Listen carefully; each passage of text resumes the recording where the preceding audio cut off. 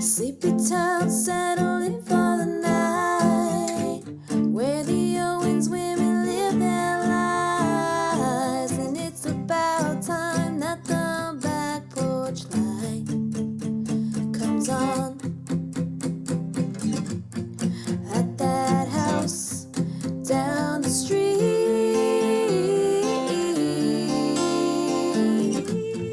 at that house on Magnolia Street. I'm back. Hello, Carubia. Oh, you know what? The kids used to call me. They used to call me Carpupia. Kids I thought it was so funny. are so freaking mean. Aren't they? Aren't they? No, I mean the kids I nanny, Oh my god, that's even worse. right? That's so Little mean. shit. Anyway, Ugh. how was your morning? I'm very anxious about Why? doing this. I took a Xanax, but I also took allergy medicine. But I'm Wait, are also you gonna have stressed? an afternoon brew because I'm on vacation now. Are you stressed about this episode? You could not wait for this episode for like the longest time. I'm super excited to do this episode. However, I know I need to like focus that energy and make it coherent and not just be like, so this is gonna be interesting. Your notes are very meticulous. I just did a skim. I didn't read anything. I just skimmed and I was like, wow. And close out. Went all Virgo on this. I'm just gonna let her be Jesus and take the wheel because I have no idea about any of this. This is all you. I think I have maybe one thing to contribute to this entire episode, which I saw you put that in there, but It's kind of like with the Stevie Nicks thing. I only knew like a little bit, and I was like, Right. you take it. And I was also in not a good mental space. So I was like, listening back, I was like, wow, Justina did an amazing job on those notes. Like, you did you. a really great job. thank you. I loved listening Very about proud Stevie. of that episode. I feel like I did. I hope I did her proud if she ever listens to A that. Justina-centric episode, for Sweet, sure. sweet. Oh, there was a lot of Patreon content, like after hours bonus content for that episode. Yeah. It's all up on the Patreon. You guys want in on all that Stevie Nicks goodness. Yeah. How was your morning? It was good. It was productive. We got our stones, our garden stones, because I'm making a phlox garden around the base of a tree. Got the flux. So I finally got the phlox stems. Can you hear me? Are you saying anything? Something I'm giving Fuck. up on you. You can't hear Are me? you fucking with me again? No. I'm singing you a song. I got it. We're in Mhm. business. What I can happened? help Where'd I you. go? Why? I was trying to put my headphones in Oh, are you fucking? because because I like to have you loud, but if it's loud on the computer, I'm afraid the mic will pick it up. And now I mean, you're just I'm loud in not my loud mouth. enough as it is. You're loud in my With my mouth. Freaking Jersey ass mouth. Two toes Tony. Toes Tone it down, Tony. Tony. Dude, that episode. Wait, hold on. The bullshit soda, is that gonna come out after this? Right before this. Right before. Okay, so then people will know what we're talking about. Okay, just checking. Tone it Because down, Tony. This month we're Favorite recording all thing out of ever. order. Yeah, Right. yeah. Oh my god. I listened to it twice because I'm like, it's so fucking funny. Tony, tone it down. Tone it down, Tony. You know what else? I got my little saguaro cactus necklace because I know in that episode I was like, I really wanted, it just resonated with me, and I wanted the saguaro cactus necklace, and I went back to listen to that episode. I have something. Hold on. I found this last night because I was watching Stevie Nicks music videos on her YouTube channel. Okay, so this started because I was going through my YouTube subscriptions looking for people to unsubscribe to that I just like don't Yes. watch. I was cleaning shit out, and then I Yes. was like, oh, I'm subscribed to Stevie Nicks YouTube channel. So I went down the rabbit hole, started watching her music videos, went in the rabbit hole even more, started looking up her song facts lyrics to Yeah. I think it was Edge of 17. But what I want to say is, listening back to the saguaro cactus episode, I am so annoying and I hate it. I was like, I can't even finish listening to this because Wait, I why are you sound annoying? insane. I don't know. Why? I was like, oh my God, you're irritating. So I Why? didn't finish it. What about it? I don't know. Just that episode? Just me. All right. Okay. So anyway, what are you showing me? I was watching the Edge of 17 music video, and then I was like, you know what? I don't remember ever like I might have read this in her biography a while ago, but I don't remember. What are the lyrics to Edge of 17? What was that about? So it was about, she wrote that song about the death of her uncle and the death of John Lennon kind of like simultaneously. Oh. But she spoke about it further in a video commentary. And you just talking about a saguaro cactus actually just made me remember this.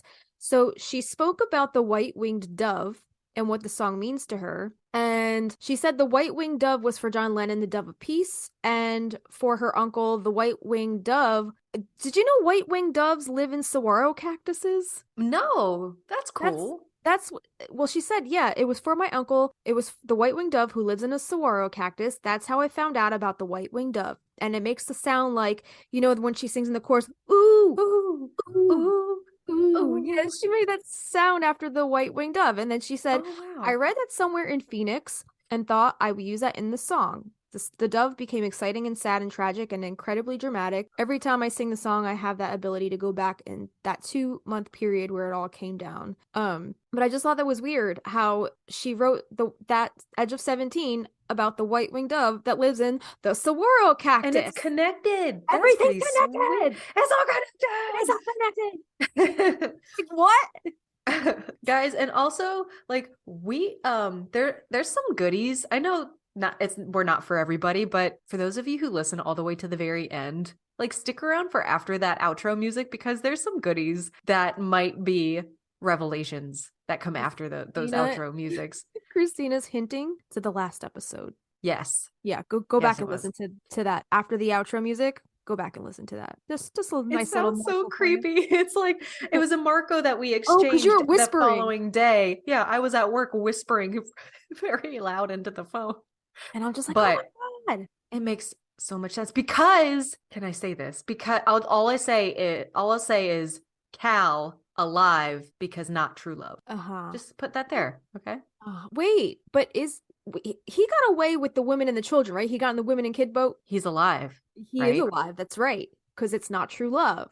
Not true love. But Cal is not true love. But is Billy Zane true love? Fuck. Is he?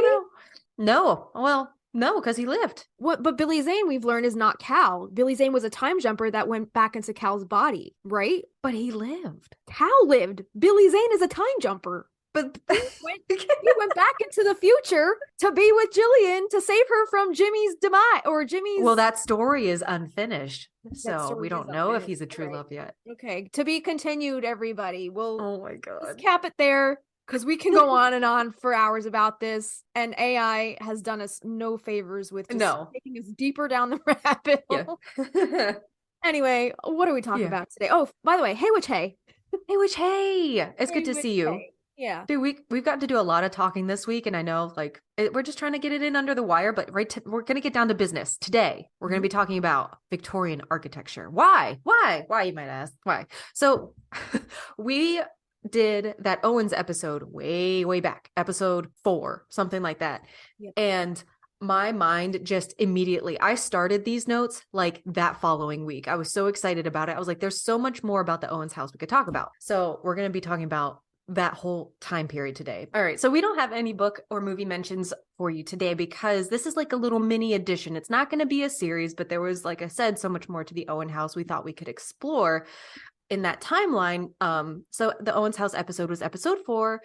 And we're talking about something that's so near and dear to my heart and something that it really excites me. I love architecture and might possibly bore the rest of you to tears, but we're going to talk about the Victorian era today and the pieces that make a Victorian home stand out so much. And I personally have had this subject on my mind since that episode, and I wanted to give the Owens house episode. I'm going to try to slow down. I'm so stoked. Just breathe. Yeah, we're gonna give that Owens episode it's proper breathing room, but we wanted to share this episode with you in honor of late Queen Victoria herself, whose birthday is on May 24th, and in addition, as my birthday is May 25th, Justina and I have made some decisions. So Gemini's sister, Justina and I were talking about the little snafu that kind of happened with episode 4, the Owens house. Some of you might have noticed it's only available on Spotify for Spotify listeners. Apple listeners can't get it. And this is because we naively added a song to that episode, but it's Spotify affiliate. So a lot of other listeners can't even view that episode in our catalog. So as a little birthday gift from us and Queen Victoria to you, we're going to be re-releasing the Owen's House episode in tandem with this episode. So this is coming out Friday, and then tomorrow, as you're listening, we're going to be re-releasing the Owen's House episode. So it's on all platforms so everybody can hear it. And it makes it a little easier to find too. Like if somebody stumbles across the Owen's House, they see right beside it Victorian architecture. So we thought we would do that. Yeah, we took that. Because it's my birthday month. Yeah, that's so cool. You share a birthday. Well, not share a birthday, but like you're kind of like almost birthday buddies. Almost birthday buddies. Yeah. Yeah. Yeah, so we took that song out so we can get that up for you guys, because we've been getting a lot of questions like, what happened to episode 4? Like all Apple listeners would write us and be like, what happened to episode 4? Why can't I listen to episode 4? And then we have to explain that you got to listen to it on Spotify because we're dumb and put a song in there. We didn't realize that if you put a song in, it doesn't show up for Apple Podcast listeners because that's a Spotify only feature. So that the entire episode is kind of like just invisible to all Apple Podcast listeners. So and that one is so good. That is my favorite subject. You know, I love that house so much. Yeah. So we're excited to be able to bring that to all Apple listeners now. You'll be able to listen to that one. All right. So recapping a little bit on the Owen's House. We do recommend that you go back and listen to episode 4, maybe I guess after this one is over, if you are an Apple Podcast listener and now you will have access to that one, go back and listen to that episode. It's really informative, but here's just a little tiny recap. So the Owen's House was brought to life off the pages and onto the movie screen back in 1998 by Robin Standeffer and Stephen Alish of Roman and Williams. And they had to build this massive house, plant a garden, and give the illusion of landscape and film, trucks, cranes, dollies, people, etc., without breaking any ground, because I believe that was Native American ground, right? Yes. They built it on a platform, and Griffin Dunn, the director, said the garden as well was placed on top of the soil, and it was like a huge sandbox. Stephen Alish said, "We basically built a house from scratch. It was a magical version of a lighthouse meets residential East Coast Victorian. The producers were set on having a white house and for it to be very charming. They knew they wanted it to be from a Victorian era, but were trying to stay away from the Charles Adams style of house. They wanted to stay away from anything that looked occult. They thought that these Owens women would be very tasteful witches, but Griffin says that it was very important that this house had a light, romantic feeling, and that they accomplished really well. Even so that Barbara Streisand called and wanted to buy the house, and they had to break the news to her that it was just a shell that they were tearing down just for the movie. I think Barbie called. Oh my gosh. Yeah. It is absolutely a beautiful home, and we have a little more on it later and why it looks the way it does, because I got to talk to somebody, and we'll get to that a little later, about like the color was very important at that time, but we'll get there shortly. Again, guys, we love our listeners. I'll try to make this as fun as possible, but we're going to give you the history of the Victorian era. To me, I feel so guilty about like making our listeners sit through this, but I know somebody out there is going to love it. There's one person. Well, that's the beauty about our show, is that like every single episode is about something extremely different. Like, yeah, it all falls under the practical magic umbrella, but there's different topics. Some people might not be into certain topics. Some people might be into certain topics. So we completely understand that not everybody listens to these episodes in order. Feel free to jump around as things interest you. But we do hope you stick around, because Kristina did a lot of research for this, and there's a lot of great information. And we know we all love that beloved Owen's House. Everybody, you can't think about that movie without thinking about the house. If there is one person out there who's like, that's an ugly house, like I really, really would like to know like, the reasoning. Right. Yeah, like, okay, explain though. Yeah. But yeah, it's going to be a great episode with lots of information, and I think it's great to know the origins of things. You know, even before we fall in love with the things that we fall in love with. Another thing that we forgot to mention in the recap, the whole bit about the lighthouse and that whole conversation we had about the lighthouse in the house episode. Yeah. I thought that was fascinating. Oh, absolutely. Oh, so cool. I don't know if there's anything about lighthouses in this, but I just wanted to throw that out there. I don't think I included it, but you're right. I was like, wait, what? I was like, yeah, that was cool. And then I was like, oh shit, we went down a whole rabbit hole on like women lighthouse keepers, you know? Yeah. Brenda. Yeah. Oh. Anyway, that's the song that fucked us over. Shunned us from Apple Podcasts. Sorry, guys. Anyway, go on. Kristina, why don't you tell us about the history of, I guess, the Victorian era and Victorian homes? You got it.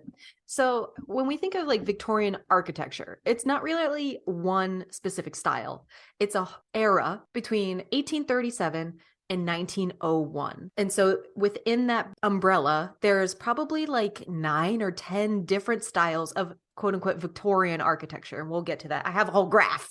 I got a graph. So between that time, laughing at you, laughing at me. Sorry. I'm like, you got graphs, you got charts, you got organization. I love it.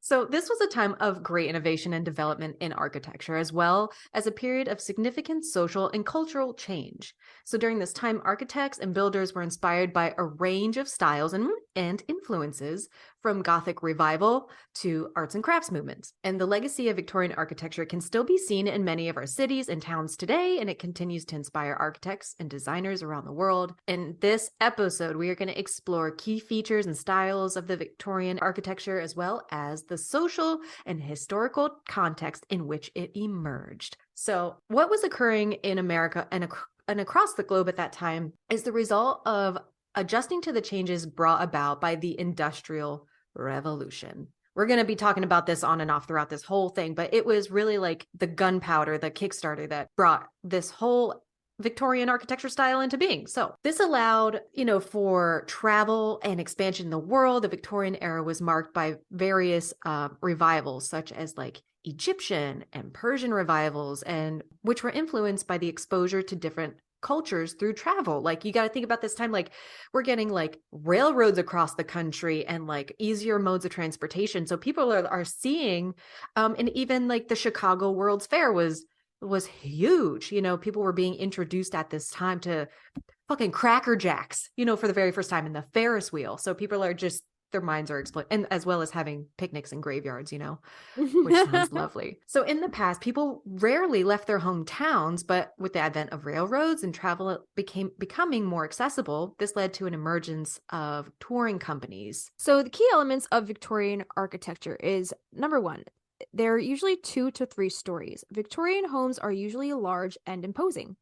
They usually have a wood or stone exterior. The majority of Victorian styles used wood siding, but the Second Empire and Romanesque styles almost always have outer walls made of stone. They have a complicated asymmetrical shape. Unlike the boxy Greek revival style, Victorian homes have wings and bays in many directions. They have a lot of decorative trim. Commonly called gingerbread, Victorian homes are usually decorated with elaborate wood or metal trim, which is like what you see in like a lot of dollhouses, right? Yeah, absolutely. I love that look.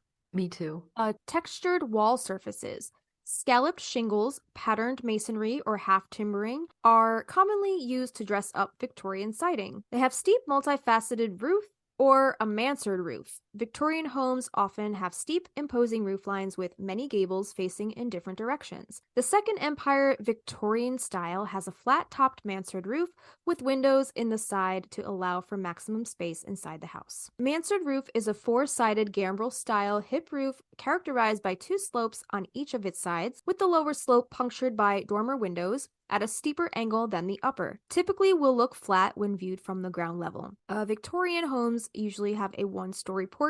A large wraparound porch with ornamental spindles and brackets is common, especially in the Queen Anne style, which is that beautiful porch they have in the Practical Magic house, right? Yes. Oh, love it. They usually have towers. So I guess this could mean the lighthouse. Some high-end Victorian homes are embellished with a round or octagonal tower with a steep pointed roof. And also Victorian homes usually have a lot of vibrant colors.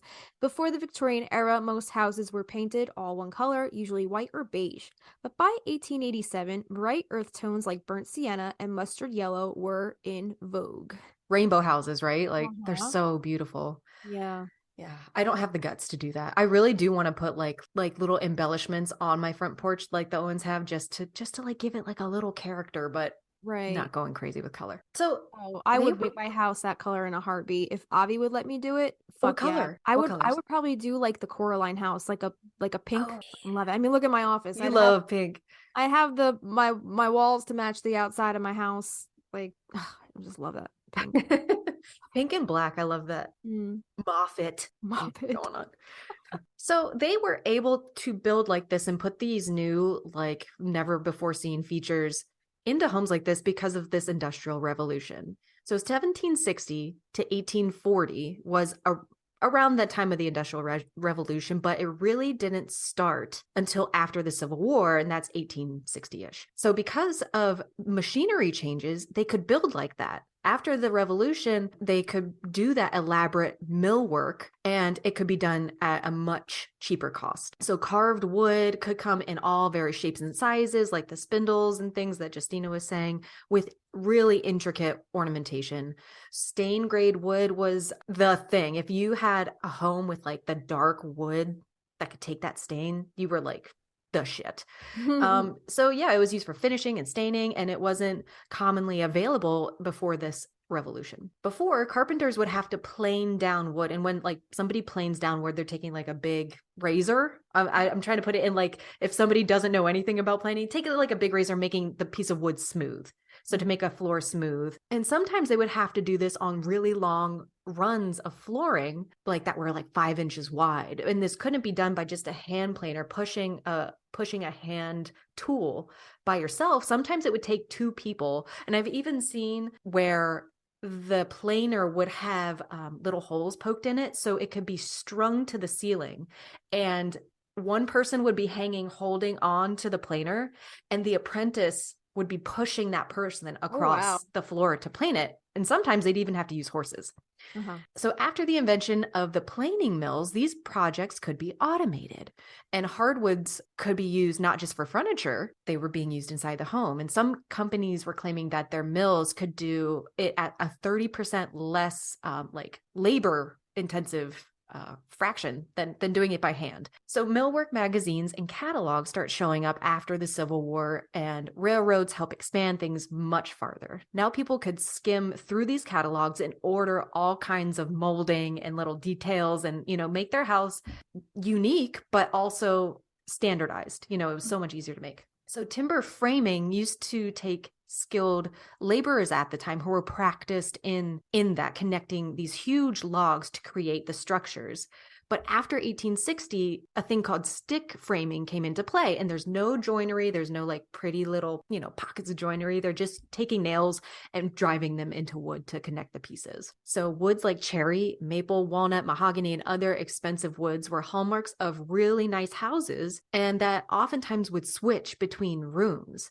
And this was kind of a way to show off like what they were doing, and it was a dramatic change from what used to be in homes, as well as being able to show now the use of harder woods. Like I mentioned, mills now gave builders the option to use these beautiful mahoganies, walnuts, oaks, cherries that used to be exclusively for furniture. Now they were being used in the structure of the home. You also have the rise of the middle class, who are now able to buy more houses. In the early days, carpenters would hand down their plan books to architects. However, later on, with the emergence of magazines such as Ladies' Home Journal, house plans became more accessible to the public. They weren't just being passed down through the line of laborers.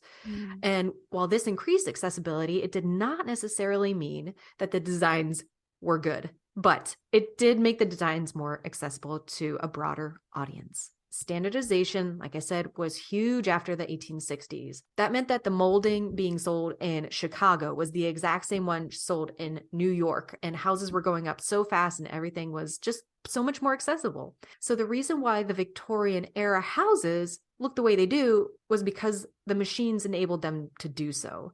They were mechanized and fairly cheap. The houses looked like that because they could. They were like, they had the capacity to be like, look what I can do. So not just the woodwork either. You're looking at like the formed copper or the roof crestings or the little funnels that are the spires at the top on the roof lines. And that was all made possible by the mechanization during that time. We're going to talk about class separation. So during this time, we have to remember house staff was still a very real thing. The whole upstairs, like the upstairs, downstairs, like Downton Abbey, like there's the family and then the downstairs is like the staff. Yeah. I never watched that show. You need to watch it. My mom and dad are about that show. Like they're all about it. It's so good. Is it? I thought it was just like a boring British show. It's good. Is it drama? It's so drama. It's drama. Maggie Smith is in that, right? She's amazing. Okay, I'll watch it for her because she reminds me of my Grandma Joan. So I'll watch it for her. Grandma Joan. Grandma Joan. Yeah, but my mom talks about it all the time. And she's going to be if she listens to this, she's going to be so pissed that she's like, oh, you're watching it because Kristina told you to watch it? Not because I told you to watch it? So I won't tell her. But yeah, they were called, like, there's a book also called Upstairs, Downstairs. Okay. All right. Yeah. I had no idea. And this staff would often live in the same home as they work. And there are homes that you can see this class separation just within the woodwork. Many times this was evident in wood that was simply paint grade, not stain grade. Stain grade wood was higher class. The family could have oak floors within their side of the house, and the staff would have, say, pine floors, which are much more simple. Wow, that's like a really big fuck you. Like, like, oh, you're just the help. You get the pine floor. It's really cool to see. I did not know that. And when I thought of this next little thing, I was like, boom, like this makes so much sense. And I don't know if we touched on this at all in the house episode, but we're going to talk about it a little more later on. Oh, something else that continues on will be stairs, the concept, like the whole premise around stairs and class separation in Victorian homes. So many of these homes, just like the Owens house, would have more than one set of stairs. And it was because this specific purpose of keeping, the staff separate from the family. So it allowed the staff to have access to the whole house, but ultimately never have to be seen. If you notice in the Owens house that they have that big grand staircase at the front door and it's wide and it's not steep. It has some cool like little switchback things, but they're pretty big. And it would easily allow two people to pass each other if one was going up and one was coming down. And it only goes to the second floor. However, the back stairs are much skinnier and they wind all the way up to the attic where maybe the staff might have lived. And where do those stairs begin? Right in the kitchen. Oh, where the staff would be preparing food and totally. I guess. Yeah, okay, that makes sense. Yeah, and it has access to the dining room. It has that secret back hallway that leads to the other side of the house. If somebody in the living room calls for them, they don't have to go through where people can see them. And you'll notice in any of the scenes where the women are coming down those stairs, they're coming down single file. They're never beside each other. It's because they're skinny. They're much, much skinnier. But I just thought that was so neat. And to think of that house, hypothetically having staff, the layout they chose. And I know that the kitchen has a back door, which they may or may not have had deliveries to, like milk or groceries. Nosy neighbors asking for nosy neighbors.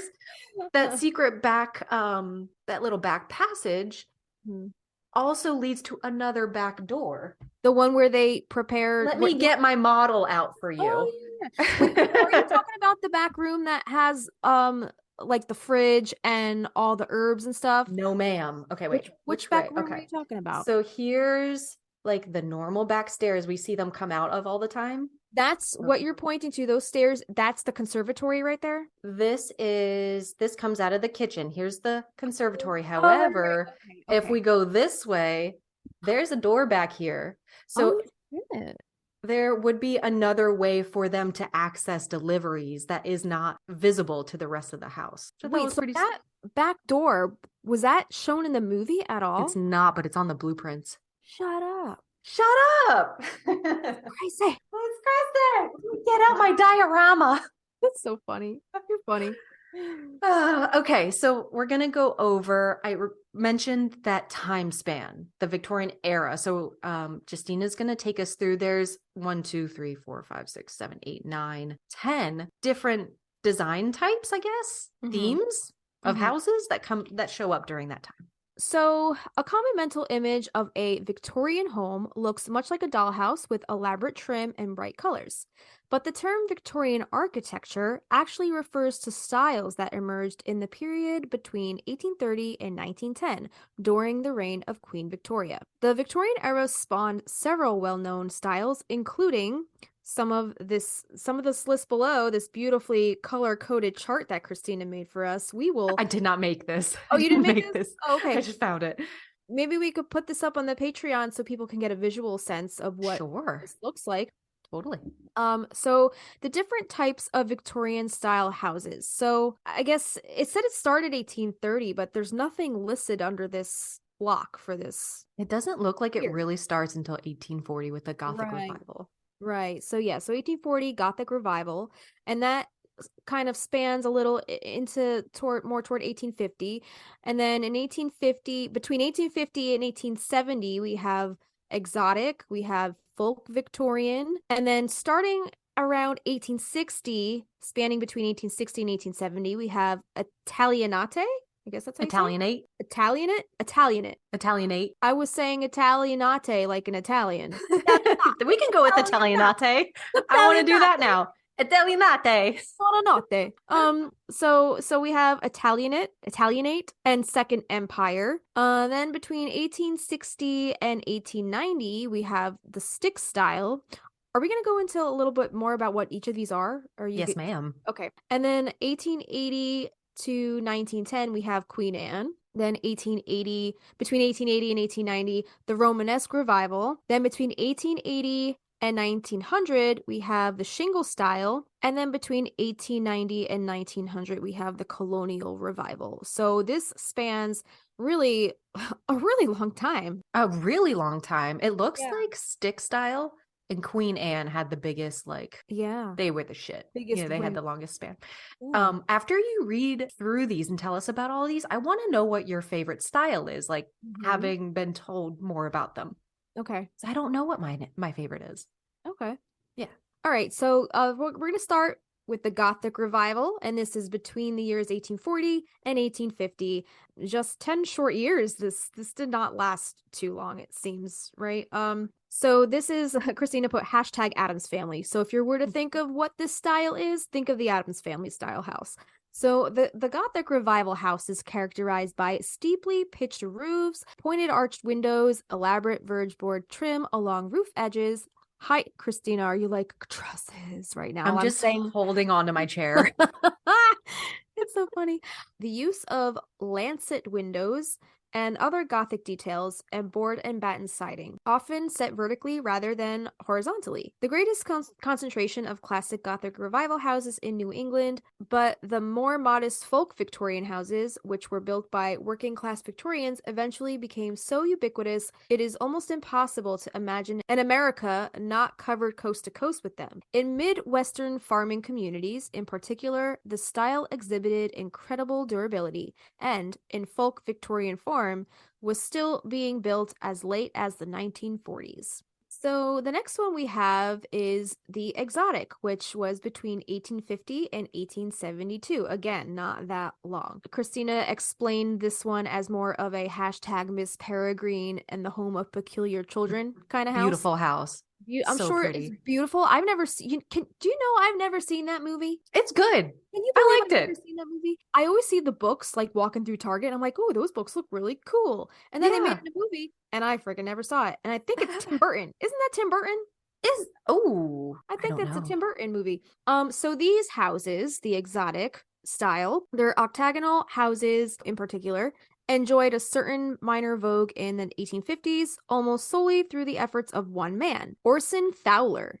And he published a book called The Octagon House, A Home for All, in which he claimed that the 8-sided house could provide more sunlight and more ventilation between rooms, promoted easy traffic flow, and made more efficient use of interior space for a given amount of building material. There are only a few hundred octagon houses left standing, mostly in New York, New England, and the West Coast.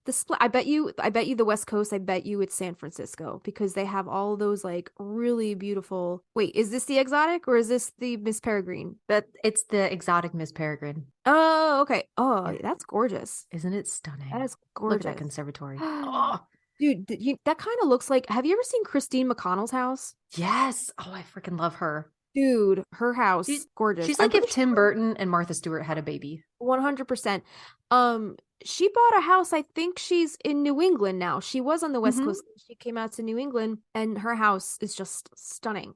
It's stunning. So amazing. She does. Have you ever watched any of her YouTube videos? Yeah. She like restores. She has a video of her restoring wallpaper. The wallpaper. By I've hand. seen that one. It's so amazing. It's so detailed. She's just amazing. We're going to talk about the Winchester Mystery House, but she made a replica of the Winchester Mystery House out of gingerbread. Right. What? This woman. I love her. She's just goals. Like, we love a creatrix. Right.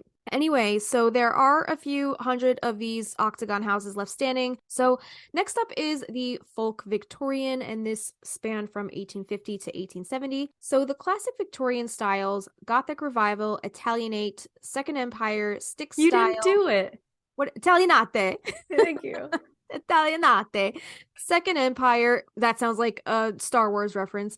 Yeah. Stick style, Romanesque revival, and shingle style. They were created by professional architects and were built mostly by the well-to-do. But the lower reaches of the middle class certainly shared the same Victorian urge to live in a fashionable house. And if they couldn't afford a professional architect, well, they could design the house themselves or have a local carpenter do it. In either case, the design was likely to be an unprofessional but possibly still charming, how do you say that, pastiche? That sounds right. Including elements of styles that were still currently fashionable among the upper crust, and elements of styles that definitely were not. Also, the house would naturally tend to be smaller and plainer than what the wealthy could afford. The result is folk Victorian. The house shown here, which we will link below, and also look where it is. Okay, wait, sorry, I'm going to look it up.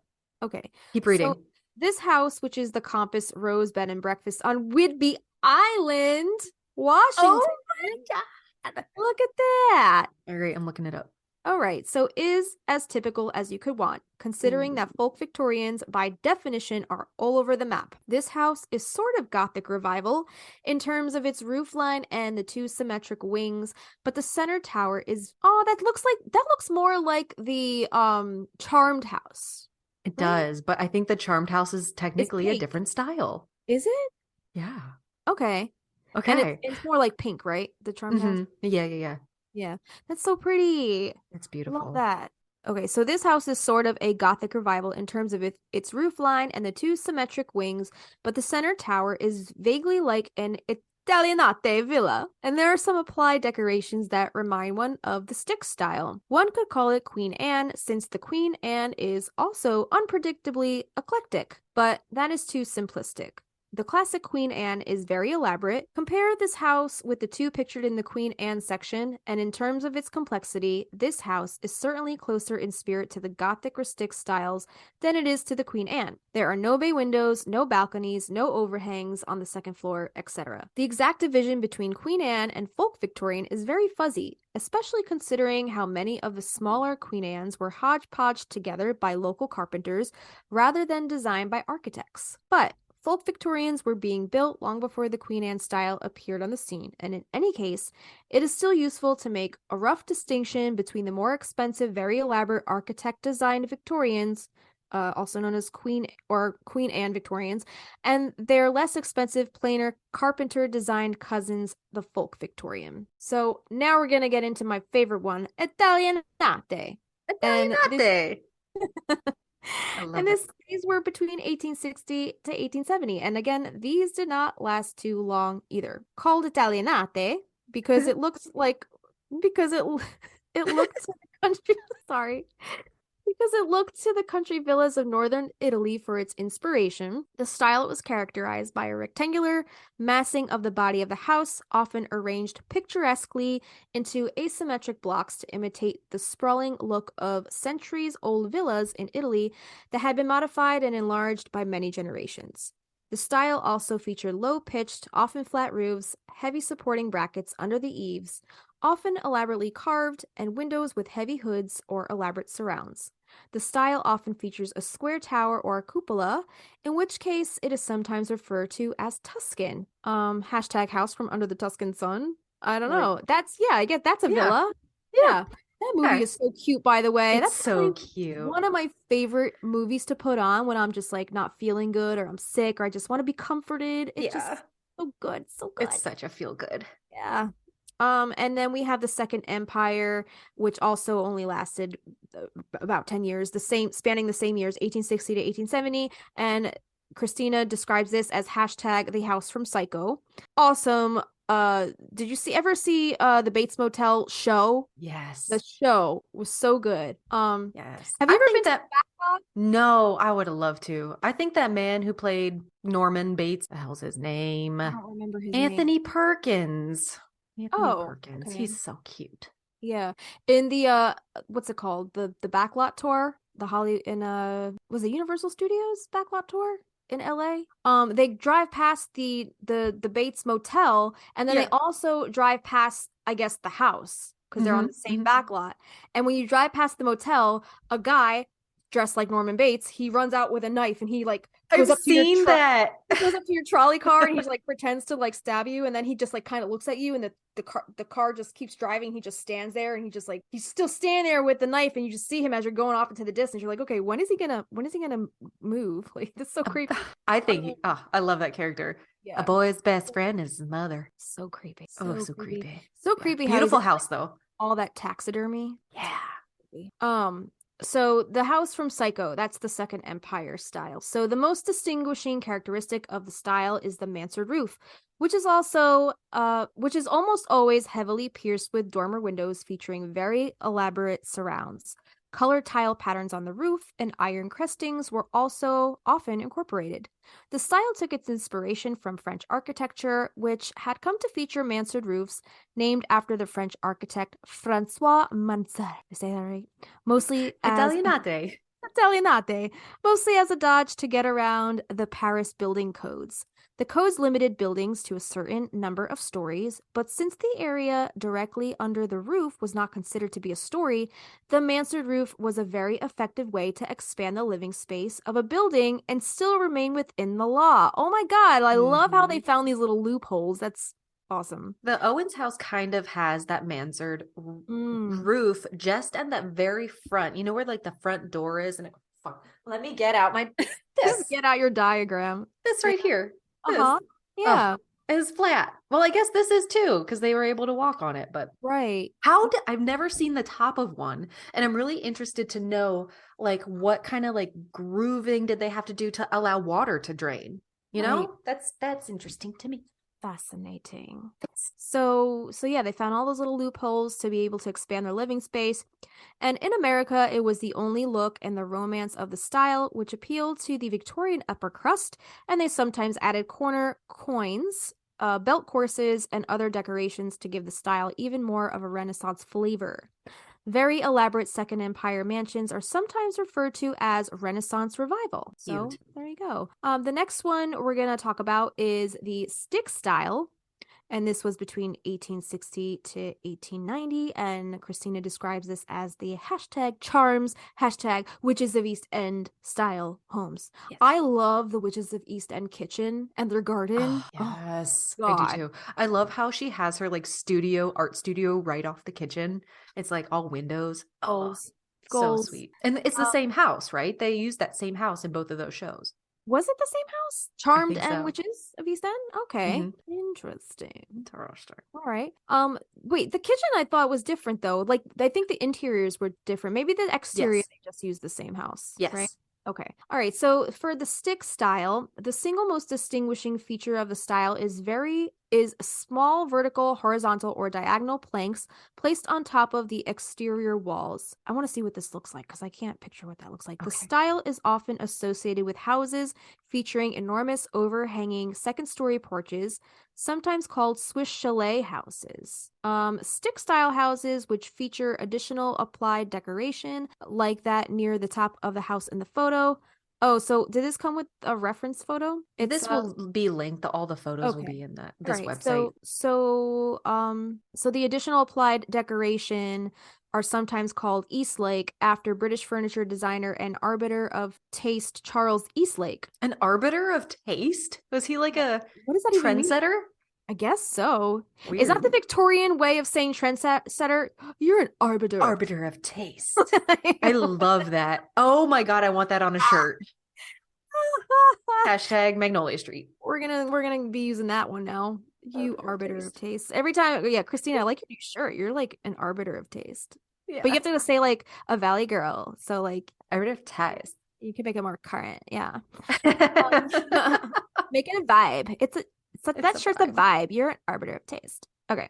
Eastlake, anyway, had no interest in architecture. And when he discovered that those balmy colonists had named an entire style of hideously un-British house decoration after him, he issued a furious disclaimer disavowing any responsibility for it. What?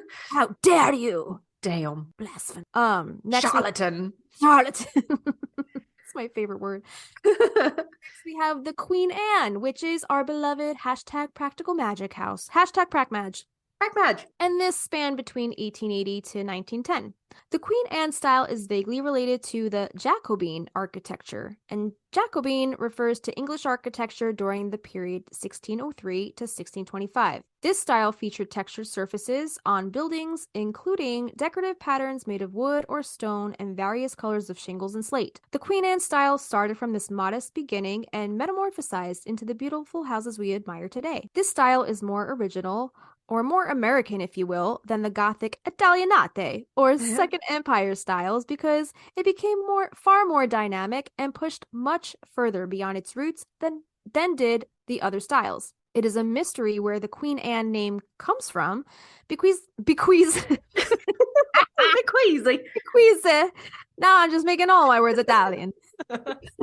That was because cute. the architecture during the reign of the historic Queen Anne was between 1665 to 1714, and that has little in common with the Jacobean architecture. So it's so cool. Like, what the hell? Yeah, so this says the Jacobean refers to architecture during the period between 1603 and 1625. So the 1600s, so that was like around the time when Maria would have been around, right? Shut up. Yeah, yes. Right? What year? Look up this Jacobean architecture because I didn't look anything further into it. That is interesting. While you're reading. That makes perfect sense. That her house would be the Queen Anne, which is described as the practical magic house. Ooh, that's fucking lit. Do you remember Tomb Raider? Yeah, but I don't remember. Wait, Lara Croft? I don't remember the house. Her manor. Okay, her manor house kind of gives me that vibe. Let me share my screen. I'm going. Oh wow! You know what that house reminds me of? Did you see Knives Out? Yes. Oh, right. I love that house. Yeah. What's it called? What are they called? A chateau? It's more of like chateau style. Dude, there's people on YouTube that are like restoring chateaus. Have you seen those people? I've seen one called like Doing It Ourselves or something like that. Doing It Ourselves. And also he has a friend, I forget her name, but she's doing one. Her channel's called Chateau Diaries. Oh, cool. Have you seen Escape to the Chateau? That's what it's called. Okay. All right. Yeah. I'm sure I'm probably following them. I follow all these chateau people. Because like it's just like these like normal people, like these normal, mundane people who buy these chateaus for really cheap. Mm-hmm. And then they're left to restore them. And they film the process on YouTube. So what ends up happening is like all these people like me, like you, girl, are like you would love this show. So overtaken with what these people are doing. They have so many patrons that are funding the restoration of these chateaus. Incredible. So they probably barely even have to dig into pocket to restore things because their patrons just throwing money at them. Really cool. All right. Yeah. So I was just wondering if Maria would have been I guess around Influenced? around during that time, if she was in the Jacobean style Queen Anne. I really like your theory that you brought up a while ago of that, like, if this house was built, it probably was kind of pieced together and added on to over time. I really like that idea because, like, yeah, 1880 to 1910, we knew the Owens, we know the Owens were living there way earlier. And if Rose from the Titanic was living there, yeah, I'm sure she added her own touches in there. Oh yeah, all the different kinds of woods that they were mentioning. I forget which one we were talking about, but basically like all the woods that Maria had access to from all those different trees on her property. Didn't it say that she like all the wood she used in the house was from like all like the different trees from around the world that Samuel would bring back? it was like 15 different types of wood were used in the house or something like that. So she was rolling in that dough. Yep. All right, so we're going to move on to the Romanesque revival, which lasted between 1880 to 1890, just a little short 10-year blip. This one was described as Kristina by #Hill House. Which was the Hill House? Do you remember Haunting at Hill House? Did you see that movie? Or show? Sorry, it was a show. Yes. Okay. Haunting at Hill House. Okay. Yeah. Got it. So due to the immense expense of building in solid stone, the Romanesque revival style was used far more often for public buildings than for private. And the bulk of the surviving examples are churches, university buildings, public libraries, etc. However, it did enjoy a certain vogue among I love how they keep using vogue like among the extremely wealthy, and any number of surviving Victorian mansions are built in this style. Most Romanesque revival mansions share one thing with the Queen Anne houses that the middle class was building at about the same time. They feature a romantic and complex floor plan, complete with towers, turrets, and how do you say it? Turrets? Not turrets. Turrets. Many gables. And so on. Dude, I love my house. I love my house. Don't get me wrong. But to have a house with like gables? A wing and like secret passages. Yeah. Ideal. Yeah. Ideal for a haunting, but ideal. Lovely. You got to move to New England for a house like that. Or even Savannah, Georgia has like really, really cool, interesting, intricate, unique houses. I have a little bit later on about specifically Southern styles. We don't expand on it, but there's a really cool PDF that I found about like Victorian Southern houses. Okay, cool. Have you ever been to Savannah? I was like 14.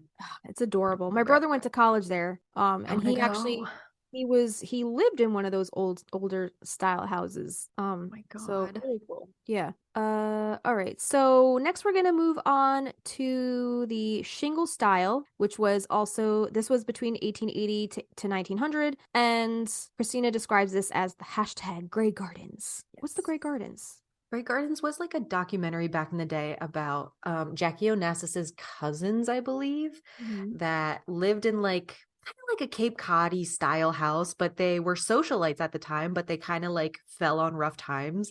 And like their house ended up being like a shit show. Like you should watch Grey Gardens. It's hilarious. Actually, what's her name? Drew Barrymore. They remade it with Drew Barrymore and Jessica Lange. Oh. Like, I don't know, 2000s, I don't know. But they end up like eventually like raccoons are living in their house and they have all these stray cats, and Jackie Onassis comes to like help them. So she cleans up the house, like she has people help with clean up, and it just goes back to like shit. Oh, it's crazy. But the house is cool. The house is really neat. Go back to shit. I don't know. You would like it. It's really fucking goofy. It's not meant to be, but okay. All right, I'll check that out. So the style was originally created for the super wealthy who liked to build vast vacation cottages by the sea, but wanted them to look rustic rather than formal. I'm not certain if any of those original vast shingle style houses exist or not, but because the upkeep of such a huge wooden structure right beside the ocean is daunting. Dude, one like rogue wave would just wash that shit away. Not even that, but like the sea salt carried in by the wind. Yeah. Yep. Erosion, it's not our friend. And who is going to bother once the Victorian age is over? If anyone out there knows of a surviving 60-room plus shingle style from the 1880s, not including hotels or other commercial buildings, I would be delighted to know about it. Yes. So the style eventually filtered down to the middle class, and many of the more modest structures they built are still standing. The shingle style is considered to be a completely original American style with no direct European antecedents. And then the last one we're going to talk about today is the Colonial Revival, and this lasted between 1890 to 1900, and this one is described by Kristina as #money pit. What up, Tom Hanks? Dude, that movie's hilarious. You remember that scene where he's standing at the top of the stairs and it's just like the whole fucking thing just collapses? That part always makes me laugh so hard because you just don't expect it. Like the first time I saw it, I was just like not expecting that. I was like, oh my God. Full House though. Yeah. Full House. Yeah. So funny. Whatever the case, colonial revivalism was certainly a reaction against the extremely elaborate houses which had come to symbolize the high Victorian period. Colonial revival houses looked back to the Federalist period for inspiration and are characterized by simpler, more symmetric lines and much less gingerbread than most other 19th century houses. The style had much in common with the shingle style, which began to appear at roughly the same time. Colonial revivalism eventually evolved into the forest, square, and bungalow designs of the early 20th century. The interiors of colonial revival houses, especially those built before the turn of the century, are often very traditionally late Victorian, however. Awesome. I don't remember what the outside of the Money Pit house looked like, though. Do you? I feel like it's very symmetrical. I'm picturing like Home Alone house. Okay, let's see. Look her up. Yeah, I'll look that up. Okay, yeah, this reminds me more of the do you remember that house in American Beauty? Mm-mm. Did you ever see that movie? Mm-mm. Kind of has the same kind of vibe as the American Beauty house. That is a crazy big house. Holy shit. Huge. You know what that also kind of reminds me of? That reminds me of not as big, but the Ropes Mansion in Salem, Massachusetts, the one that in Hocus Pocus that Allison lives in. Yes. A little bit. I agree. A little bit. Not as big, but yeah. It was for sale for $5.9 million in 2018. Ooh. That's crazy. Wow. I hope the inside isn't like it was in the movie for whoever bought that house. It does. It looks immaculate. I It know. looks stunning. Yeah. I wonder if Barbara Streisand called them like, hey, are you selling that house? All right. Anyway. We're going to talk a little bit about like some famous examples so you can kind of get an idea of the different types, different styles that they were in. But I mentioned before about the Southern styles. There's a PDF that I found that I'll link, and it's through, I think like NOLA.gov. And it covers New Orleans's rich history of architecture spanning 300 years. Wow. The city has over 20 national registered historic districts, 19 local historic districts, and numerous landmark buildings. And nearly half the buildings were built before World War II, and showcasing a variety of architectural styles and sizes. The diversity is unmatched in the nation and closely tied to the city's image. Visitors and even natives may find it challenging to identify the types or styles of buildings due to the vast number of buildings and imaginative design ideas. So I want to link this.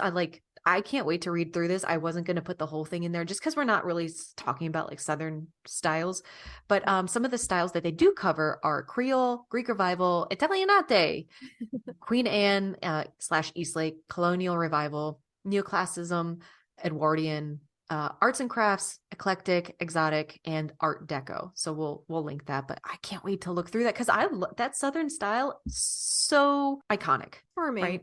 Yeah. Very, very beautiful. Yeah. Yeah. So, did you want to talk about the famous examples of? Yes, I did. I just wanted to put that there because I don't know why I separated these next two portions. All right. Yeah. So, some famous examples. We have the Gingerbread House. So this Savannah, Georgia landmark was built by Cord Assendorf in 1889. It's considered one of the best examples of Steamboat Gothic architecture. Wedding Cake House. This square brick home in Kennebuck, Maine, was originally built in 1826. Like many homes in the Victorian era, it was covered in wooden Gothic decoration in 1850 to keep up with architecture trends. Then we have the Painted Ladies in San Francisco. The term Painted Ladies refers to Victorian houses painted in 3 or more colors to embellish their architectural detail. It was first used to describe the colorful homes in San Francisco in the 1978 book Painted Ladies, San Francisco's resplendent Victorians. And if you guys know the Painted Ladies, those are the group of the homes in Full House. Do you know those houses in the beginning of Full House? Yeah. On that big hill. Yep. The Rawson House. This was built in 1895, and this Phoenix home is a great example of the Queen Anne style and is now a museum. Its detailed trim is often referred to as Eastlake detailing, after furniture designer Charles Eastlake's elaborate creations. Characteristics of these houses include the lathe-shaped wooden forms and mechanical jigsaw wooden forms. Porch posts and railings had intricate wooden designs, and curved brackets and scrolls were placed at corners. The facade also included perforated gables and pediments, carved panels, and a profusion of beaded spindles and lattice work found along porch eaves. Mansardic porches were another characteristic and had wrought iron crestings. The color combination of the houses also emphasized the contrast between the lighter colors of the details and the darker colors of the house body. That paragraph, pause. Were you just like, everything I've ever wanted in it? Oh my God, that was great. Those, it was good. I'm giving you the Italian hands. Okay.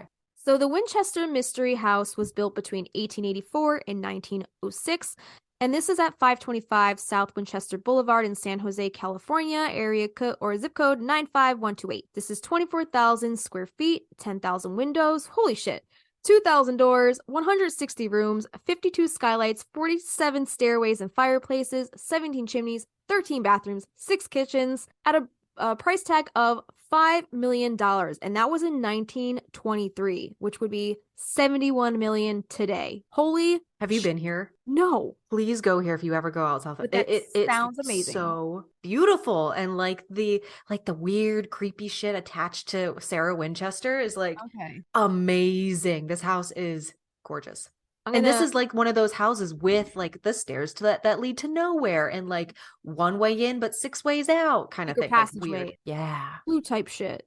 I love it. Have you ever been to the Biltmore estate in North Carolina? No, because you have to pay. Like, it's so cool. I do want to go. It's in my hood. I do want to go. Next time I go visit my cousins, because they're about an hour away from Asheville, I will meet you there. Okay. It's a date. It's so cool. It's so friggin' it's badass. There was a book series written about that, but it was about a girl and she lived in the Biltmore, and I think she encountered like ghosts or something like that. I don't remember. It was a while ago I read it, but Serafina. That sounds like your Tetafina or your Titafina. Biltmore. Yeah, it's called Serafina and the Black Cloak. I think it's a mini series. I think I only read the first one though. My boss and I were talking about that house recently, like not recently, December, because we were trying to decorate the inn for Christmas. And he was like, can you imagine having to decorate the Biltmore for holidays? Like they have to start in November. You gotta get up on like a friggin' crane to take you up to the top of the walls. I will meet you there. I do want to go see it because I guess there's a really beautiful outdoor like restaurant there you can eat at. There's a beautiful garden there, and I know they have a winery on site, like not like around the actual mansion. I think you have to drive a little bit further out, like I don't know, maybe like a 5-10 minute drive. They have like a sunflower field there, a winery. I want to go. Beautiful. I want to go. It's just gorgeous. It's like a whole day just to walk around the entire mansion. Like that's fine. Tour. Yeah, that's okay. Very cool. It was neat. Not Victorian at all. It's like a gothic. It's more of like a gothic mansion. Well, I think it was being built kind of around the same time. I read a book called Devil in the White City, and it's all about that Chicago World's Fair. And it's all about like the architects who were involved in the landscaping and the show and everything, building everything. And I think one of the architects had to like back out or was unavailable because he was working on the Biltmore. Okay. I was like, oh my God, it's all connected. The Biltmore estate was built by the Vanderbilt family. It was built on December 24th. It opened 1895. Cool. Construction began in 1889. Does that fall into the Victorian time period? Yes, it does. 1860. If any of those examples you're not really sure about, we have some pop culture examples also that we're going to tell you about where Victorian architecture plays a pardon. Because some of those I didn't really know. Like, I don't know the gingerbread house in Savannah. I don't know the wedding cake house or the Rawson house.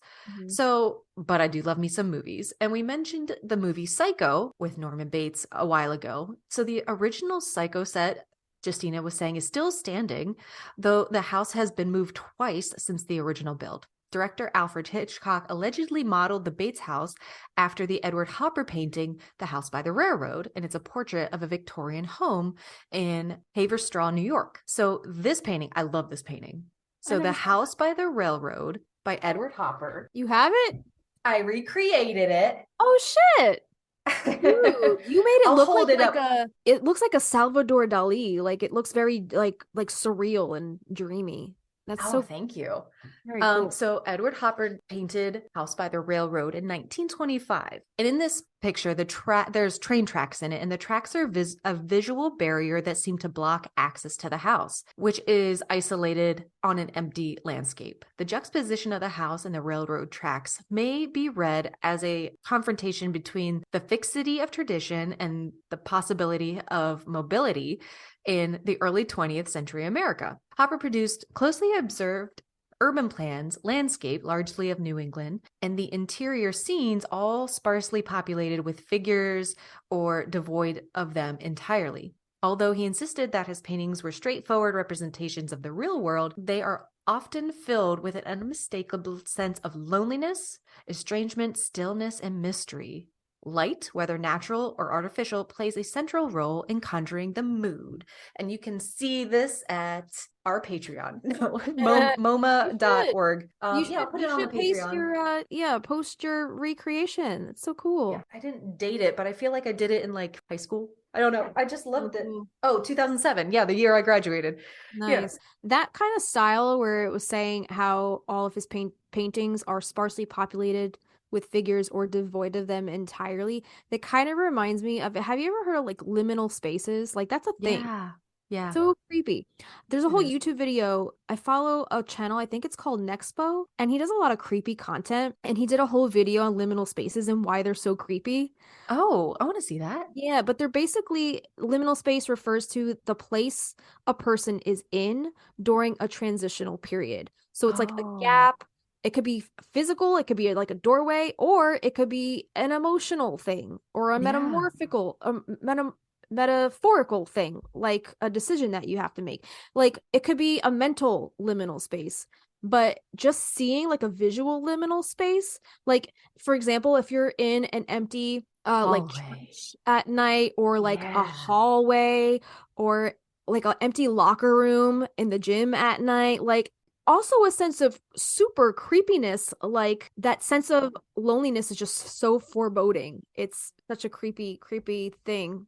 Could you link that in our show notes? I would love to watch that. Maybe this guy was the inventor of the concept of the liminal space, because that just reminded me of it. That painting is just very eerie. Edward Hopper, OG liminal. OG liminal. I like it. Yeah. Anyway, I love.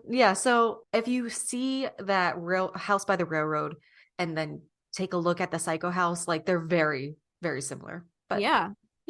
Next, we're going to talk about the Addams Family Mansion. Right? So Charles Addams, 411 Elm Street, Westfield. Do you know where that is? New Jersey. I work in Westfield. Okay. This house, I had to do some digging because they don't list that address anywhere. It's probably private. Leave them alone. But if you want to drive by, go drive by. So Westfield 07090 was the inspiration for the newspaper comic. It was a comic before it was a TV show. Okay. And in the original series, the house was given the address 0001 Cemetery Lane. But in the 2019 adaptation, the mansion is a former mental asylum located on a hill on the outskirts of New Jersey. Oh, geez. And so, but in the Addams Family, like the new Addams Family, the address was changed to 1313 Cemetery Lane, perhaps in the reference to 1313 Mockingbird Lane, which was the home of the Munsters. And that's who we're going to talk about next. Did you find the house? Yeah, I did. Hold on. Because I remember seeing it in a video and they were like, it's between this road and this road, but they weren't walking by it. And I was like, I'm going to find this house. And I found it. Look how beautiful that house is. That's it. Yep. That's so crazy. Do you go by there? I don't think I probably have driven down the street, but it doesn't look familiar. But even the house across the street is absolutely beautiful. Dude, driving through Westfield, I think one time when I was driving home from work, I was marking you, and I'm pretty sure I was driving through Westfield, and I was like, look at all these cool houses. Could you take a little like field trip and see if you could go by that house if it's not too far? But yeah, that house has that mansard roof.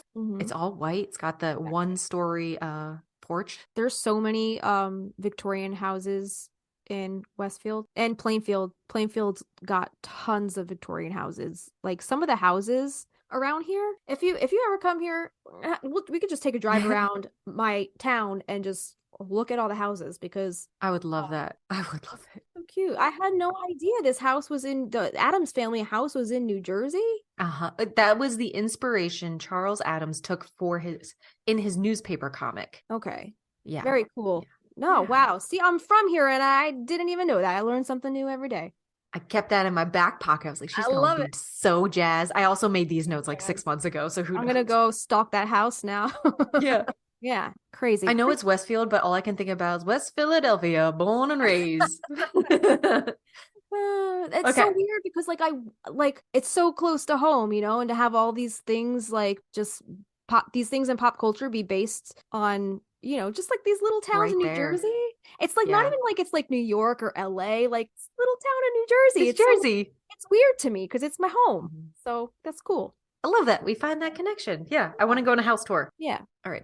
So they just mentioned that the Addams family home had taken inspiration, or at least the address that they used, took inspiration from the Munsters house. And the Munsters was a TV show back in the day. And the Munsters house, which is my theme, like my ringtone theme music, killer, like surf rock. Yeah. I love the Fall Out Boy little riff on that song. Yes. Uma Thurman. So good. Yes. Oh, adding it to the we haven't added a song to the MSR playlist in a while. We haven't. There you go. There it is.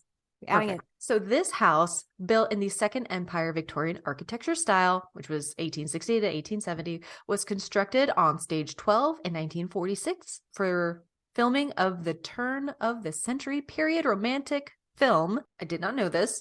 So it was first for this film, So Goes My Love, and then I guess used for the Munsters, placed alongside another Victorian style house built specifically for the production.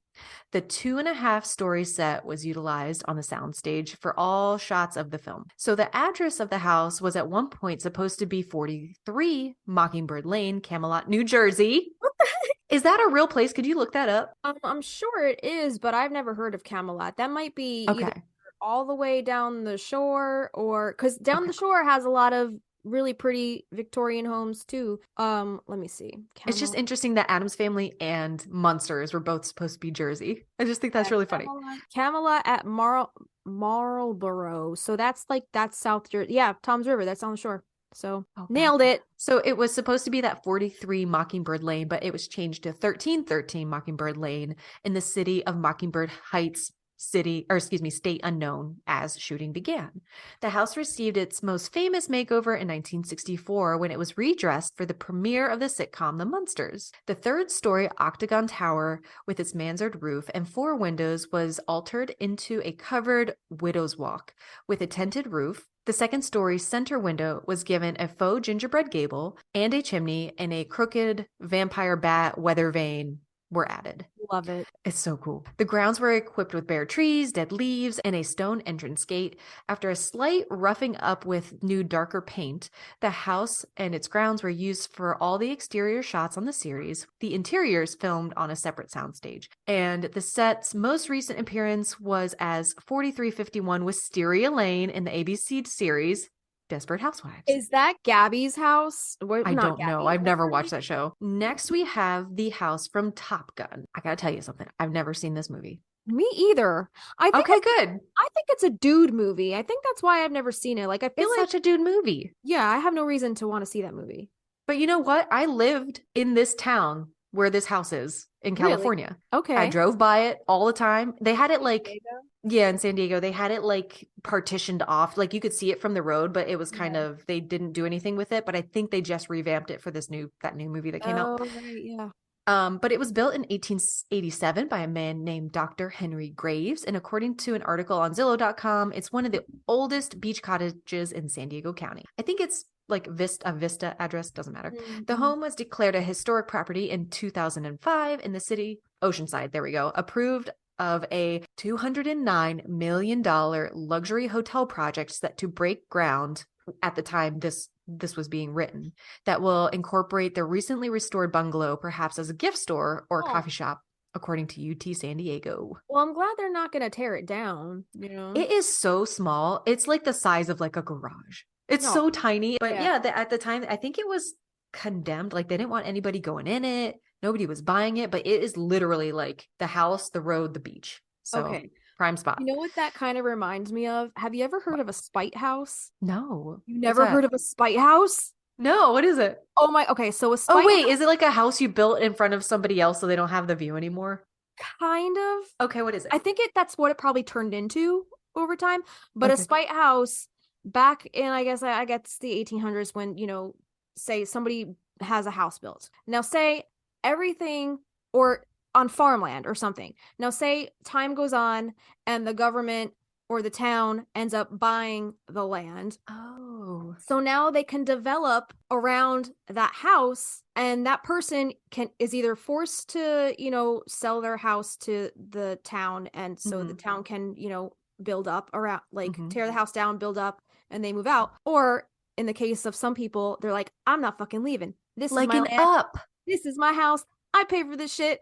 So they stay where they are, and the town just kind of like goes on, you know, develops around them. And they end up just being like this little squished house in between these big mansions because they're just stubborn and they don't want to move. Just thought I'd share that because I didn't know that's what they were called. Really neat. Thank you. Yeah, spite house.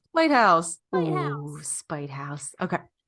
The next one is from The Odd Life of Timothy Green. I've never seen this movie. Have you? Yeah, me either. Okay. The picture-perfect Victorian home featured in the 2012 movie of The Odd Life of Timothy Green was placed on the market for $1.39 million in July of 2012, according to Zillow. The property located in Noonan, Georgia, includes a 5,500 square foot house, a 3-bedroom guest house, a pool, a pond, and a gazebo. Wow. Built in 1842, the details of the restored home are to die for, including gingerbread trim and stained glass windows. Have you seen this house? No. All right, here, look at this. This is gonna blow your mind. I'm ready. Blow me, baby. Oh no. Yes. Isn't that amazing? Wow. That's a lot. That's a lot of detail. That's so extra. That is so extra. That's so extra. Like somebody's in there playing their harpsichord or some shit. Like, I want to watch this movie now. The harpsichord. Did I say harpsichord? Harpsichord. Yeah. No, I'm laughing at the image. That's so fun. Like, so I just picture like some dude in there in his like wig and his like tights and his little loafers, and he's like, yeah, like just like playing his shit in there. Wow. In like the parlor. Very beautiful. Yeah, it's beautiful. Next, we have the Goonies house. And this was, I think it came out in 1985. But the house that they used was built in 1896 in an area populated by the lower working class. The Goonies house was inhabited by a local carpenter until 1904.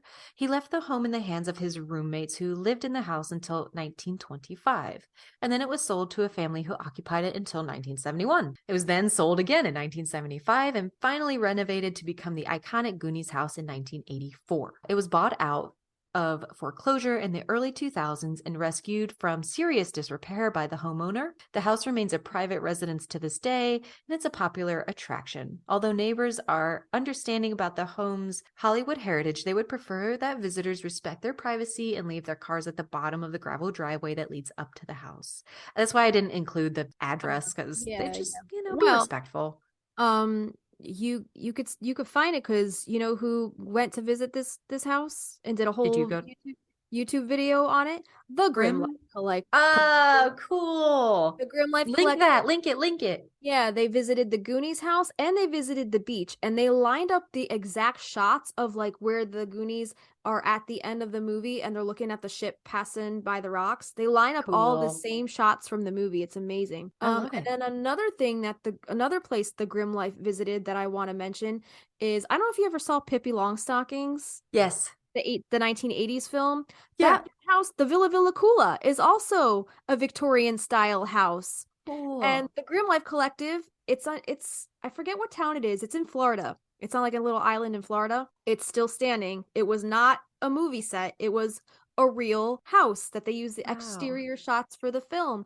And they I guess the newer owners, whoever has the house now, they restored the house, and it's beautiful. It's still standing today. I will link this also down below because I love the Grim Life. They just think they take us around like all these film places. We don't think that some of them are even real. We just think they're sets or whatever. Right. I would love to watch that with you. Yeah, very cute. Okay. And then lastly, I have for you the Vecna house from Stranger Things 4, season 4. Yeah. So this is actually located at 906 East 2nd Avenue, Rome, Georgia. The real-life house used as the Creel home in the show is a 140-year-old mansion located in Rome, Georgia. The house is officially for sale for $1.5 million, according to the listing. Damn. The residence was constructed in 1882 by Colonel Hamilton Yancey. According to the listing, many of the home's original details, like the handcrafted bookshelves and the antique wall safe, are still in place. It also features a cast iron urinal. Oh, that is so Victorian. Like, what? Could you imagine peeing in that? No. Part of me when I was younger always wished I had the ability, though. To pee in a cast iron urinal? In any kind of urinal.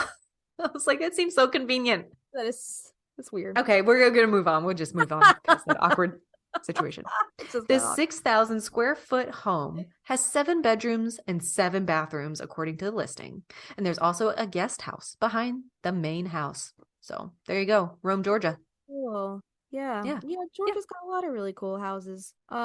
So we're going to talk about some of the famous witch houses in pop culture that we kind of mentioned a little earlier. So, of course, first we have our beloved Practical Magic house, and this is at the shell of the house anyway, right? Because the actual house does not exist. Was at 15 San Juan Park Road in Friday Harbor, Washington 98250, and this was designed by Robin Standifer and Stephen Alish of Roman and Williams. Then we have the Sabrina and the Teenage Witch from the 90s. The 90s sitcom was at 64 East Main Street in Freehold, New Jersey. What? Dude, my brain is exploding right now. How did I not know any of this stuff in New Jersey existed? I'm going to have to go on a self-guided tour. Totally. Wow. Okay. Cool. Yeah. So Freehold, New Jersey, my cousins, the ones that love Stevie Nicks that I was talking about in that episode, they live in Freehold. Oh my God. Yeah. Very, very beautiful town, by the way. It spans, you gotta go to this house. Yeah. It spans 2 buildings totaling about 7,000 square feet, is currently being used for office space. The 3-story front house, which you can rent for $9,750 per month. Whew.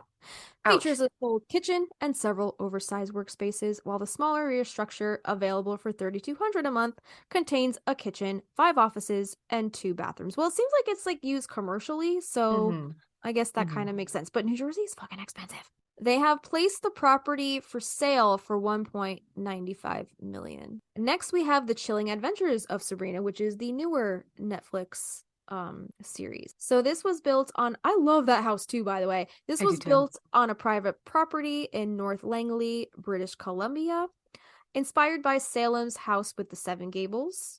Yeah, it does have that type of vibe. And this is at the House of 7 Gables in Salem. That's at 115 Derby Street. And the House of 7 Gables is a museum, so you can go there on any kind of guided tours. I think all throughout the year. I don't think they're just open in October. I think it's open all year round. And the living room has 6 doors, which Kristina says reminds her of the Winchester Mystery House Seance Room. You're gonna have to tell me more about this Winchester house, because this sounds fascinating. Awesome. The Chilling Adventures of Sabrina house, I guess it was just a set, because it's been demolished. It was just built. It was a shell, I guess, just built for the show. So I guess they're not filming the show anymore. I don't think so. If they tore it down. Mm-hmm. All right. And then we have The Witches of East End, which is at 323 Queens Avenue, New Westminster, British Columbia. It's a historic home known as the James and Elizabeth Phillips Residence. And this is the same house that was used in the Charm show. They made a reboot. So wait, was it used on the original Charmed or just the reboot? I think just the reboot. Okay. All right. And it was built in 1892. It's a 1.5-story wood frame Queen Anne revival style house with multi-pitch roof lines, wraparound veranda, tall corbelled brick chimney, and stained glass windows. Beautiful. And then the Charmed house, the original Charmed, is at 1329 Carroll Avenue in Los Angeles, California. I think the Grim Life might have also visited that one too. Cool. And then Hocus Pocus. The Hocus Pocus house, which is at 4 Ocean Avenue, Salem, Massachusetts. I've been there. It looks more like a little Cape Cod than a Victorian house, but I guess it was built around the same time. It is a private residence. Owners are okay with visitors taking photos, but they have a sign on the fence that expresses strictly, do not move our garbage cans. Photoshop them out. I guess people move them to take pictures and to get that aesthetically pleasing shot without the garbage in the background, but they're like, don't touch my shit. Take a picture and get the fuck off the property. In October, they actually block off that street. Like, we got an Uber from the center of town to that street to take our, picture in front of it. And the Uber driver was like, I can't take you all the way down, but because they block it off for Halloween. Yeah. Wow. It's not that far of a walk from the little intersection all the way down to it's on the water. It's like right on the waterfront. It's really pretty. Are we ready to take a little break? Did you have anything more you wanted to add about it? I'm trying to think if there's any other. The house from Coraline is a Victorian house. That's how, if I ever had a Victorian house, I think I would paint it like that one. I love that house so much. So cute. And in the movie, like, she goes through those little secret passageways, and there's just like mysterious things about this house. I don't know what it is about a Victorian house and just like all the mystery behind its walls. And yeah, I think I have a little bit later on about like why we think Victorian houses are so creepy. There was a show, I don't know if you have this in your notes at all, but I think there was a show like behind these walls or something where they find things in like these Victorian houses. Am I making this up? Is that a fever dream? No, it sounds like it could be a thing. It's like, you don't know how many people have been there before you. All right. Yeah, I think we're ready for a break. Kristina's going cross-eyed. No, I'm good. I'm excited. I'm just trying to contain my excitement. Because there's lots more for when we come back. We are going to talk about just like some staples that you're going to find if you are like, is that a Victorian house? Is it not a Victorian house? I have a family friend of mine that I talked with who is an architectural historian in New England that I asked a little bit about, a couple of questions for this episode. And if you're looking to like create a modern Victorian interior, how you can do that, and like lots more.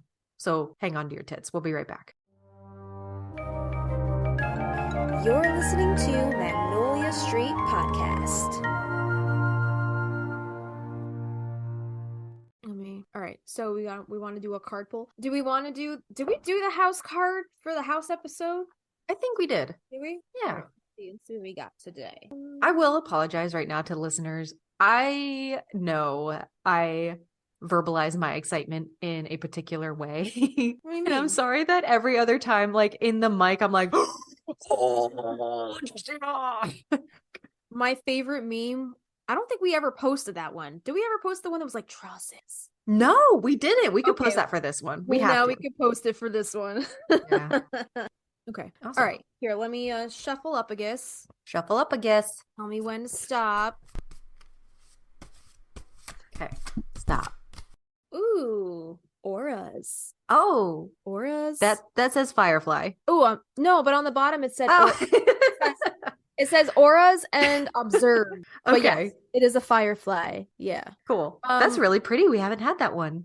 I know we haven't had this one. And initially when I first got this deck and I did a whole extensive review on it for YouTube, I was confused about this card because at the time I hadn't read the book since probably the 90s. Okay. So I completely forgot about all the stuff in the book. So I was like confused. I was like, I don't remember any fireflies or anything about auras in the movie. So Joseph actually commented and he was like, it's in the book. It's in the book. I was like, like, read the book again. I'm like, okay. Aw. I went and read the book and I was like, I completely get it now. Got it. I love it. Yeah. So auras, let's see what he's had to say about it in his little guidebook. So okay. The card is Firefly, and it's the mantra on the bottom. It says auras, observe, and then also perception is another key word. So it says, coming out at dusk and lighting up the night in many areas of the world, fireflies allow for us to see what we cannot on our own. Take notice of the energies that surround you. Witness the auras in those around you and ensure that you act accordingly. Interesting fact, not all fireflies light up, but this is how they communicate with one another. Ancients used them in paper lanterns. Some believed that the firefly were the souls of the dead ancient warriors helping to guide us. Simultaneous bioluminescence is a rare natural phenomenon that happens when all the fireflies within a certain area link up and synchronize flashes. So act accordingly. And the mantra on this card is,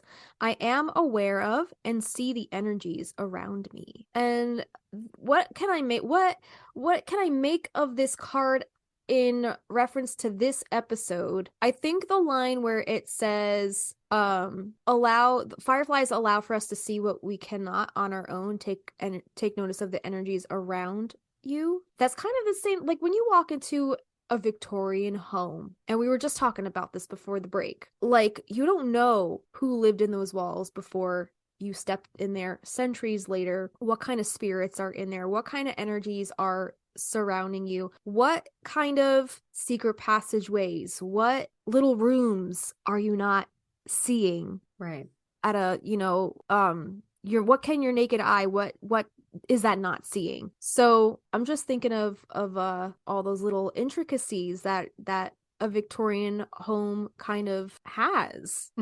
I connect that as far as the Owens house with the lighthouse being something that is like a warning to sailors who can't see where the cliffside is. It's like that which is unseen. There's that like beacon, like almost like a firefly butt.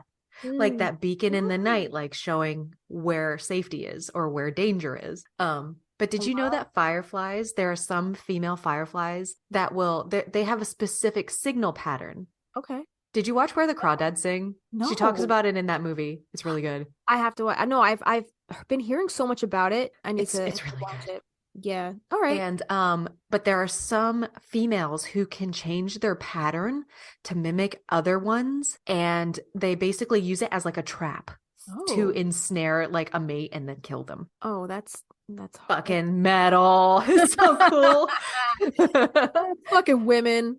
Manipulators. I just thought it was really interesting. Oh, that is really cool. I like your meaning a lot better than my meaning. Like I didn't even think of that. Like, yeah, the lighthouse, like that beacon of light and that flashing light lighting the way for, all those lost souls. Yeah. And that could be like, that made me even think of like not even living people. Just how you put candles in your window or the jack-o'-lantern at Halloween to help guide the souls. Attract. Yeah. Yep. We're so smart. We're so smart. So we're going to get a little technical now. We're going to talk a little bit about like structure details. And I only listed a couple because there's so much other shit we got to talk about. But in a Victorian home, you got to think there's no AC. There is no AC back then. So that means there would have been screens in a lot of the windows as well as functioning shutters. There was also what they call transom windows, which are a cutout above interior doors. And this would let in light into those interior rooms as well as airflow. I love a transom window. Oh my God, they're so freaking cool. Tile or pressed stone have been around fireplaces at the time because fires were a really big problem. The wood burning fireplaces were a thing of the past. It was all gas and coal. Some signs of wealthy families was a mishmash of the woods we were talking about earlier. They would use all different kinds of woods in their home. Like we said, they would have like a whole mahogany room or a cherry room or an oak room, as well as we talked about picture railings. You and I talked about that in the Owens house episode. They wouldn't put holes in their walls. Instead, they would have a piece of molding like 3/4 of the way up their wall that they could not even, they didn't even have to nail it in. There was a special bracket that sat, and the weight of the picture would pull down and hold it in place. Have you ever heard of the term? Okay, so like, how like modern times, right? Where in modern times, everybody's about like minimalism. I'm a minimalist. I'm throwing stuff out, blah, blah, blah. I didn't even think about like what the opposite of that would be. Like, obviously, a maximalist. But going through like Victorian, I guess like Instagram inspo hashtags or whatever, like people hashtag maximalism, and you just see like walls and walls of like Victorian picture frames, and like the wallpaper is gaudy as hell, and like on top of that they have taxidermy and like just random tchotchkes. I had no idea that like there was a term for that, and it's like maximalism, the complete Victorians opposite. were maximalists. Oh, 100%. 100%. Yeah. They were like, we want to show you our money. Yeah, sure. yeah. Such snooty bitches. So speaking of some of those interior things, this is from architecturaldigest.com. The defining elements and characteristics in a Victorian home would have been their wallpaper, would have been the chandeliers, ornamentation, tapestries, upholstery, damask, which Alice Hoffman uses in her book. And I'm like, what the fuck is damask? And I always picture like really heavy draperies. So I fucking just looked it up. Damask fabric is named for Damascus, which is where the textile product originated. Known for its intricate and reversible patterns, damask fabric is prized for its ornateness. These days, however, it's easy to make incredible, complex damask patterns with modern textile machines. Traditionally, damask fabric was made from silk, cotton, or wool, but synthetic damask weaves are now available also. Do you remember in The Craft in the beginning when they get to that new house and like they walk in and it's like raining and he's like, gotta get these roofs fixed, honey, and she's like, damask curtains would look really nice. I was remember that. What are damask curtains at like 13? I'm like, what are those? Her parents are such a like fucking fuck off character, right? Yeah, they have no, I mean, I guess at the end they do use them like, oh, there was a plane crash and your parents died, you know, but like useless. Yeah. And then that guy with the snake shows up in the house and the dad chases him out with like a fire poker. So weird. And then he shows up again later with the snake. It's like, do you just carry around this snake? Like, right? Dude, I don't know what episode it was. Probably the 90s thing. And you do his impression like, come back to Jesus. Come back now. Come back to Jesus. Don't give them money or you're going to get nailed. I know every single line in that movie. So funny. So good. Anyway. All right, a couple more. So there is also... Yeah, wainscoting, rich colors, parquet flooring, dramatic window treatments, and stained glass. Those are some interior key features there. I love me some stained glass. We're gonna put. Did I tell you we're putting wainscoting in our living room? Did you paint it yet? We didn't know. We're waiting. You have the color. We bought all the paint, but Avi has to order the chair rail. And then he's got to cut all the wood and stuff. But you know what I don't understand? Okay, so wainscoting. Obviously a Victorian architectural feature, right? I was like, okay, so Avi wants to do the wainscoting. He's cool with that. But then I was like, I want to do like the little corner pieces and like all the intricate details, like in the I guess the archways in our He's like, no, that's too Victorian. We don't have a Victorian house. I was like, what the fuck do you think wainscoting is, dude? Like, yeah, come on. Yeah, I know. He likes because wainscoting is like manly. You know, it like kind of brings like to mind like a smoking room or like a study. Yeah. You know? But like he does the little intricate like corner arch things is like too frilly for me. Too Victorian, too dollhousey. I love it. I'm gonna put them up while he's sleeping. Do it. Kristina's like, I fully support your Cornices. Yeah. All right. We kind of talked about this person in one of our other episodes. A family friend of mine was visiting and brought the hammered dulcimer down. I've known this man since I was a teeny tiny little tot, but his name is Greg Farmer, and he's an architectural historian and a cultural resource consultant based in Massachusetts. His favorite hobby is exploring the innovations of Victorian houses and neighborhoods that we now take for granted. So, Mr. Farmer, if you're listening, thank you so much. I appreciate it. But I wanted to ask him, if he had any experience with Victorian houses, if he had ever gone in, like, what's like weird stuff you've seen? And he's like, do you want to know like structure? Do you want to know like family dynamics? Do you want to know this? I was like, holy shit, like we have to talk about this. We got to have you on the show. Tell us all. Tell us it all. Tell us all. Yeah. So he did send me some things. So I wanted to read what he said. So he says that the Victorian period in the United States was a time of tremendous social and economic upheaval. The changes in transportation and manufacturing, aka steam power, communication such as telegraph and telephone, technology like central heating and indoor plumbing, and medicine, the discovery of bacteria, were nothing short of miraculous. Geographic mobility and social mobility went hand in hand as people moved to cities or to the frontier to try to improve their lives. One key thing that all Victorian house styles have in common is that They freed builders from a box. Timber frame construction, which we mentioned earlier, also had to be rectangular. With balloon frame construction, the builder could change the angles and planes in almost unlimited ways. So we didn't even touch on like the balloon construction, which I should have like thrown in with stick style, but I wasn't. I love you guys. Asymmetrical elevations, complex roof lines, and irregular fenestration suddenly became more affordable because the framing was lighter weight and houses could be taller. And like, you got to think like more people, they want to start like communities. They're probably building a lot closer together. So instead of the ranch style, wide, expansive, they're going up. So the introduction of central heating meant that rooms no longer had to be anchored to chimney stacks, and the room arrangement could be considerably more flexible. Rooms of varying sizes and shapes were easy to accommodate. Rooms could even be configured to open directly to each other rather than through a common corridor. For this time, it was easy to envision having, quote unquote, a room of one's own in a private sanctuary. The experience of entering a Victorian house was a formal progression from public to private space. One approached the house from a public way, then entered a gate to an enclosed yard or garden, which the Owens house has.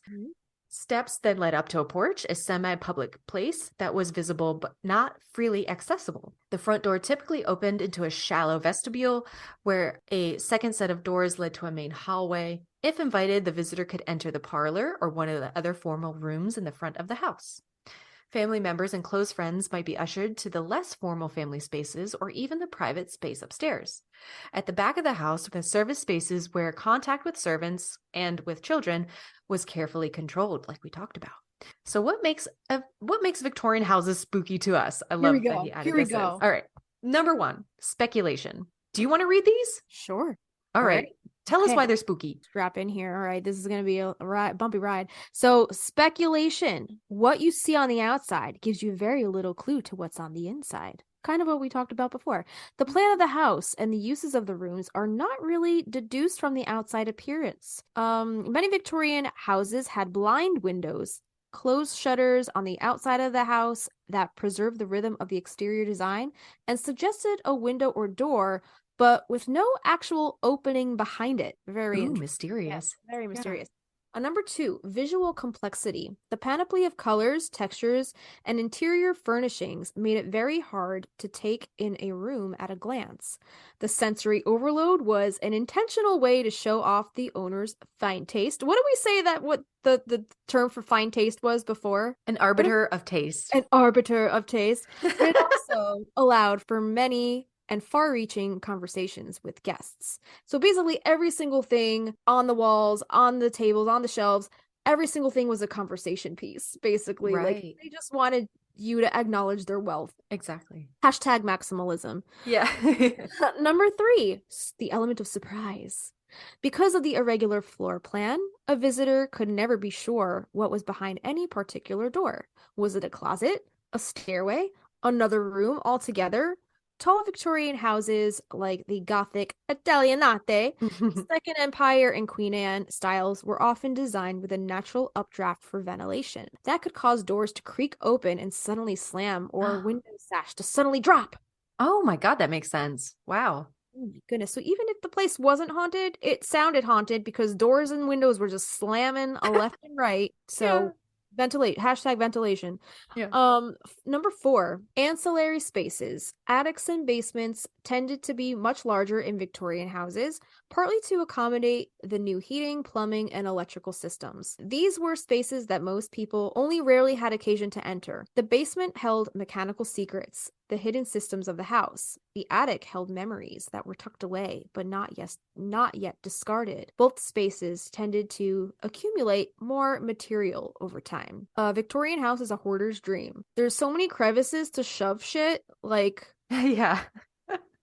Like I thought he wrote that. I was like, oh my God, Mr. Farmer. I've never heard him talk like that. I'm just saying, like, my own, like, opinion of a Victorian attic, like my grandma, again talking about my grandma Joan, I don't know if you would consider her house Victorian. Like it didn't have like all like the ornate stuff on the outside. I guess it was like a more renovated Victorian. Was it a Victorian? I don't know, but she had this walk-up attic and we would always go up there as kids, and like the wood up there was like rotting to hell. Like it was not this immaculate house. It was old. It was an old house and there was a lot of old floorboards and wood, and I just remember just being so dark and creepy up there.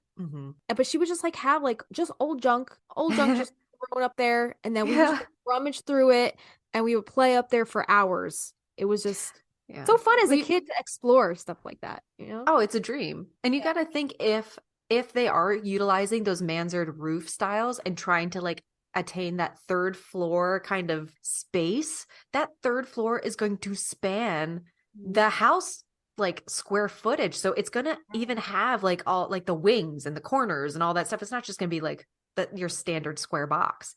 So that in itself is like, oh, what's behind there? Oh, what's behind there? And it probably has like the chimney stack that you can see. I think even the Owens house, you can see the chimney stack, you know, in one of the shots where Jillian's meditating. I think it's behind her, but like totally spooky. Yeah, very spooky. I think my aunt, my mom's sister, has a ghost story from that house or that attic or like that stairwell or something like that. Get it for our October episode. Yeah. I'll have to save all these stories for then. But yeah, that house was super, super creepy. So number 5, deterioration. The complex roof lines and multiple changes in plane meant that Victorian houses did not always shed water effectively. The result was that exterior paint started peeling quickly and balconies, bays, and porches tended to rot. As labor costs increased, houses with lots of decorative trim became harder to maintain. Some were stripped of trim and others were simply abandoned. Yeah. And then I had asked him, I was so grateful. I was like, dude, this is perfect timing. Like, thank you. And I said, have you ever seen the house from the series we're mentioning, the Practical Magic house, and do you have any thoughts on it? And he said that the Owens house captures the architectural eclecticism of the late Victorian period very effectively. The details are drawn straight from catalogs and pattern books of the period and are only slightly exaggerated. The biggest difference, of course, is that the exterior is all white, giving the house a spectral quality. A real house in that period would have been polychromatic, with colors derived from earth tones in the natural landscape. The goal was to make it look as if the house had grown there on its own. As Victorian houses passed out of fashion, they were often painted monochromatically, typically white or gray, in order to downplay all the fussy detail. That's presumably the backstory of the Owens house. And I was like, Mr. Farmer, you're the best. Thank you. Yeah, that's a really good observation. Like I didn't even think of like would the paint colors have been of that time, of that style, right? You know? And like try to imagine the movie with that house, like all the colors. You know, would it makes as much of a statement? Too distracting. Yeah. The fact that it's all white and like it does give it a very spectral quality. But I like how like even though the house is like this character in and of itself, it's got so much character and quality, it's so beautiful, but it still doesn't overshadow the story and the family and the women. It kind of lets them, you know, take the stage because it's the story. So it does a beautiful job of being a conversation piece. Like the Victorians love to show off with their frills. So it does a really great job of being that conversation piece, but still letting the main characters have their spotlight, if that makes any sense. No, I agree. I agree. The characters as well as like the garden and all the natural shit growing up around it. Like the greens contrast with that white and like the blue of the ocean in the background, like perfection. Yeah. I don't know when gutters were invented, but I'm wondering if that also plays a part in like deterioration, you know, because I know with those pitched roofs, the water's going somewhere, but as far as I've seen, I mean, I know it's a shell, but the Owens house don't have no gutters.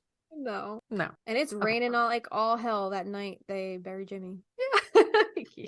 Maybe it does. Maybe I'm not looking close enough, but I've never noticed gutters on it. Well, the water just dissipates because it's a magic house, so it doesn't need gutters. It's fine. It's magic. Yeah. Take us to this next portion. A style of many styles.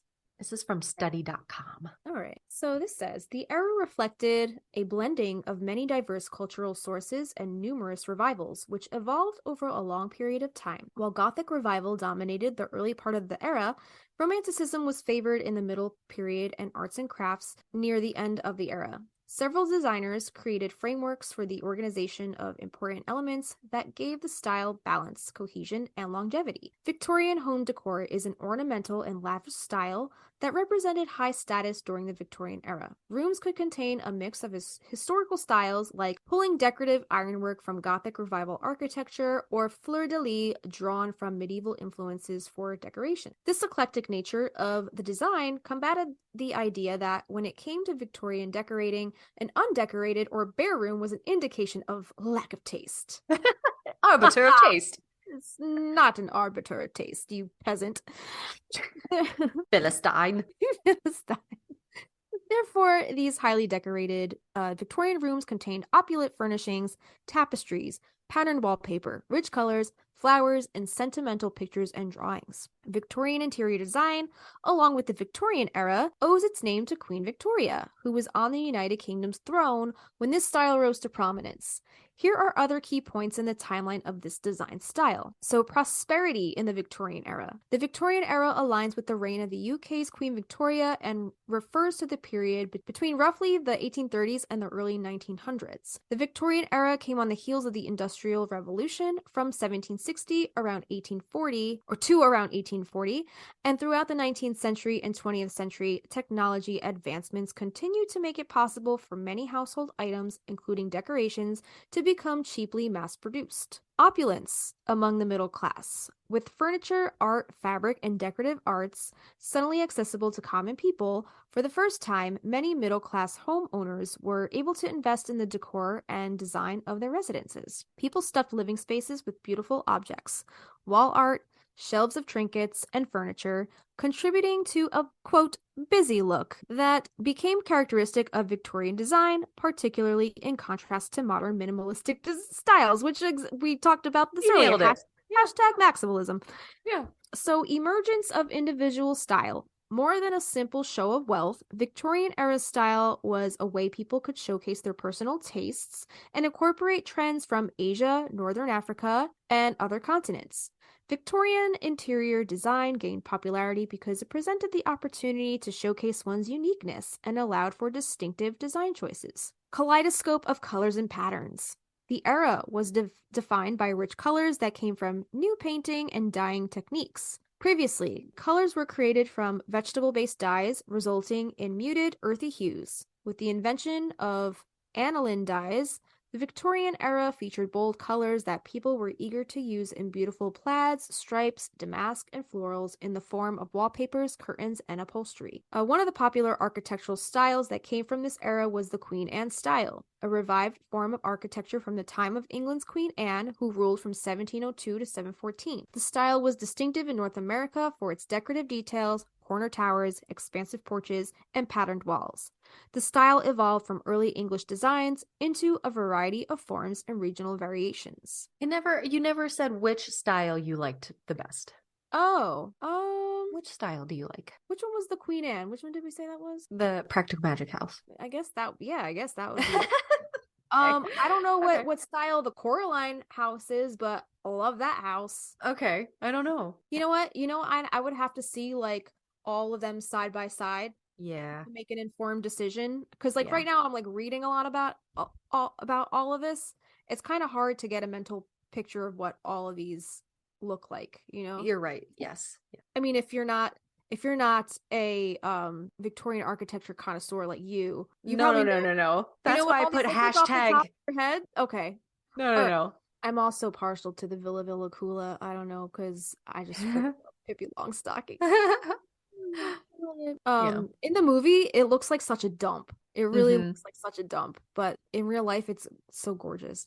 So 6 elements of Victorian interior design. We're going to talk about like the rich colors, dark colors, and the abundance of opulent design choices that highlighted the most important elements of Victorian interior design. So number 1 is color and detail. These were important elements of the early Victorian interiors. Early in this period, technology and location placed limitations on the color palette. The early palette was determined on the pigments that were locally available. Muted, earthy pigments found in plants were mixed on site by painters. Rooms were also a consideration since airborne soot, because homes were heated by coal, darker colors hid the effects of the smoke and ash, was problematic during this time. While utilitarian spaces may have been painted in lighter tones, so if you do watch Downton Abbey, their kitchen space is downstairs, and the kitchen space also has the transom windows, but it's all white because it's like underground. They're trying to fill it with as much bouncing light as possible. Got it. Public rooms such as parlors were better served with darker shades. The early revivalists preferred painted and varnished woodwork, which was usually darker to conceal the dirt. So number 2 is furniture. A single furniture style didn't dominate the era, but furniture was defined by an excess of ornamentation. Victorian furniture was generally decoratively carved and overstuffed with pieces like button-back armchairs, chaise lounges, and ottomans. I love a button-back chair. I do too. I love a button-back chair. I have a button-back chair, but it's not an armchair. It's just like a regular, like a table chair. Yeah. When I was working with a producer, like back in I don't know, 2001 or whatever. His wife worked at this like high-end restaurant. She was like a chef at one of these restaurants, and the chairs, like they just like had a stack of these chairs in their apartment. I don't know, I don't know if she owned the restaurant. I don't remember, but they had like a stack of these chairs because they had extra ones. So he's like, yeah, go ahead, take a chair if you want one. I came home with like a purple corduroy button back. Cool. It's gorgeous. I freaking love this chair.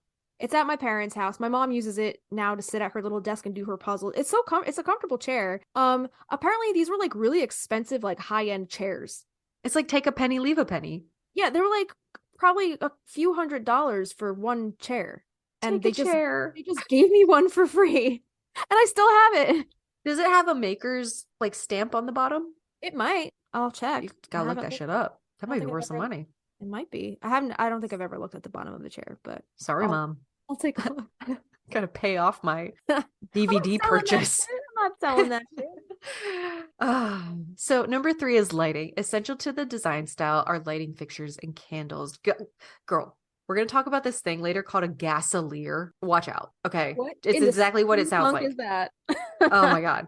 So light fixtures and candles, especially in areas such as dining rooms, living rooms, sitting rooms, and entryways. Tiffany lamps with lampshades made of glass were a very popular style for the era, for not only table or standing lamps, but also for wall sconces and chandeliers. Number 4 is home decor. Accessories and decorations are prominently displayed and cover every surface in the Victorian interior design. Examples include a gallery wall of framed pictures, displayed china, souvenirs, vases, lace doilies, the latter of which could be used on the backs of furniture or on tables or on mantels. Additionally, embroidered cushions, decorated couches, and potted plants like palms and ferns were very popular. Stained glass was also a common way to add color to your room. I think I was Victorian in a past life. Yeah, I think you were too. Dude, I am such a maximalist, and I think Avi hates it. Like, if I could have the decor of our house my way, it would just be filled with bullshit. Like, pointless bullshit. I love it. It would be hard to do every room. It would you would need like a room that is kind of calm, you know? But this is my calm. What do you mean? Yeah. Sag, get out of here. All right, number 5 is window and wall coverings. Window features heavy fabric drapes and opulent window treatments, such as curtains lined with silk or wool. Walls were typically covered with the rich, dark painted colors of the era or covered by tapestries or wallpaper with bold floor. Real quick, do you remember the Secret Garden from the 90s? Yeah. Okay, that room is lined with fucking tapestries. I'm like, that must be the quietest room in the world. Soundproof. Walls were sometimes painted to look like marble or wood grain finishes. Number 6, flooring. Wood, specifically parquet patterns, is one of the most common flooring of the era. Other common flooring types are matting, floor cloth similar to linoleum, carpeting, including broad loom, Venetian, and reversible, and toward the second half of the era, tiled floors with a repeating geometric design in the middle. And there's also something called a like wood floor carpet, where they would take the parquet flooring and like in the center of the room make a design in the floor that looked like a carpet, which I think is really cool. Do you want some tips for creating a modern Victorian interior? I do. I'm gonna give them to you right now. All Give right. it. So, whether you want to add Victorian style to your modern home or want to update a Victorian era house, these design tips will help you turn your place into a modern Victorian home. Number 1, start with research. If you're looking for design inspiration, browse the web to find room examples. These can give you a sense of what colors, furniture, and decor appeal to you before you start your home interior makeover. Design ideas can be drawn from other modern Victorian homes or from pictures of classic Victorian living rooms or master bedrooms. When it comes to interior decorating for modern Victorian style, you have a lot of freedom, so it's best to plan ahead to remain focused. Pinterest is an awesome little kind of mood board thing. You can make a whole board of just Victorian design. Number 2, variety is key. Mix different periods and stylings carefully. Opt for tasteful embellishments whenever possible, adding embroidery or lace to pieces to add something special, but ensure all choices are well thought out. Allow yourself to lean into the eclectic nature of the Victorian style. I think that's why I think like I must have been Victorian, because like I'm so eclectic. Like I love mixing things. I love mixing patterns and prints and different florals and Yeah. I love all of that shit. Yeah, mixing and matching to find what appeals to you, and slowly adding Victorian style pieces to rooms to see what works well. Decorating tips can help, but in the end, you will have to find your own home's balance between the stark interiors of minimalist, modern living and the busy interior of Victorian homes. Number 3, embrace color and decorative woodwork. Color is everywhere in Victorian style, so forgo white walls in favor of richer colors. If you live in a home with small rooms, consider giving each room its own color scheme. If you have a modern home with a more open floor plan, a strong accent wall could give the room the boost it needs. Also, look to add carved wood pieces to your rooms, including mirror frames and picture frames as well as lamps. Number 4, upcycle and spend. The repurposing of old windows, mantels, trims, doors, and decor will lend a Victorian feel to your modern home. That said, investing in high-quality furniture is key to achieving the feel of an era that was defined by showcasing one's status and wealth. Number 5, use modern, but not too modern lighting. Since not all modern lighting will work, try looking for lighting fixtures made in the early or mid-1900s.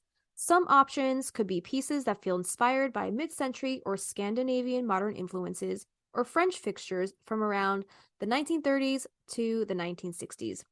I must say, I'm a sucker for a good chandelier.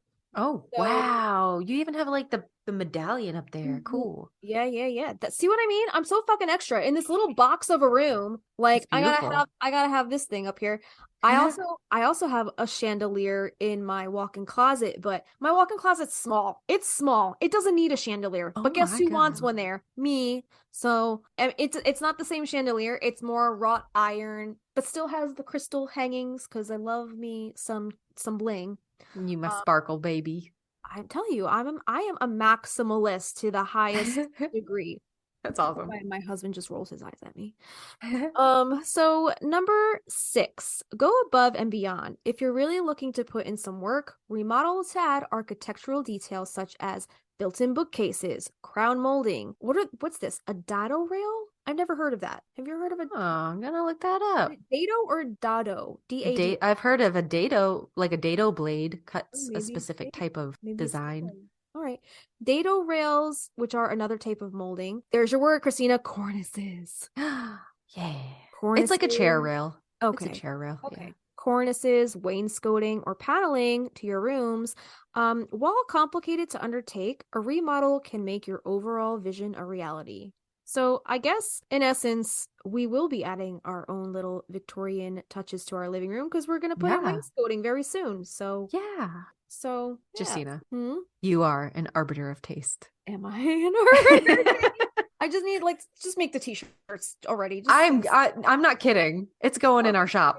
It needs to be a guy with a top hat and a monocle with a cup of tea. Ooh, I like that. That's cute. I gotta write it down. Arbiter of taste. Arbiter of taste.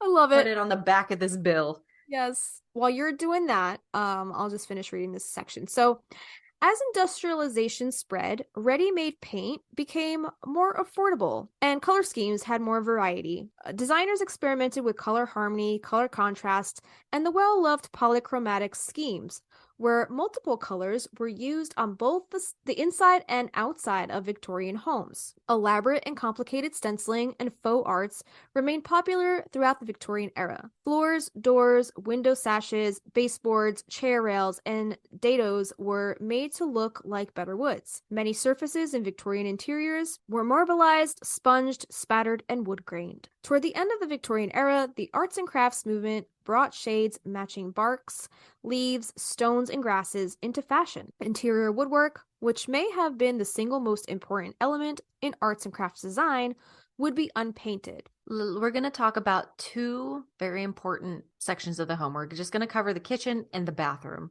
So as far as kitchen styles, Victorian kitchen styles and home decor styles in general were widely influenced by England.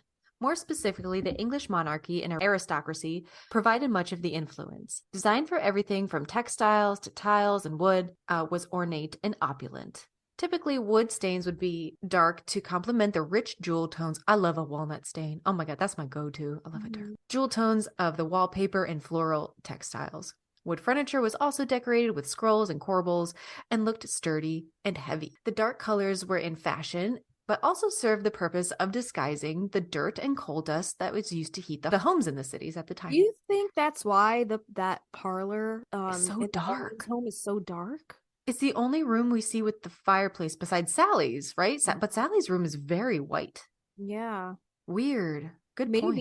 Maybe that how we were talking about the house might have been modge podge together over time. Maybe the upstairs was added at another time. Or renovated at another time, and maybe the downstairs stayed more, I guess, original. Yeah. And then maybe they just renovated the upstairs when it was more modern. Good point. That's a good catch. Historic Victorian kitchens of the wealthy would have been a place for employees of the house and not members for the family, the upstairs, downstairs stuff. So the furniture pieces and spaces would have been serviceable and less ornate.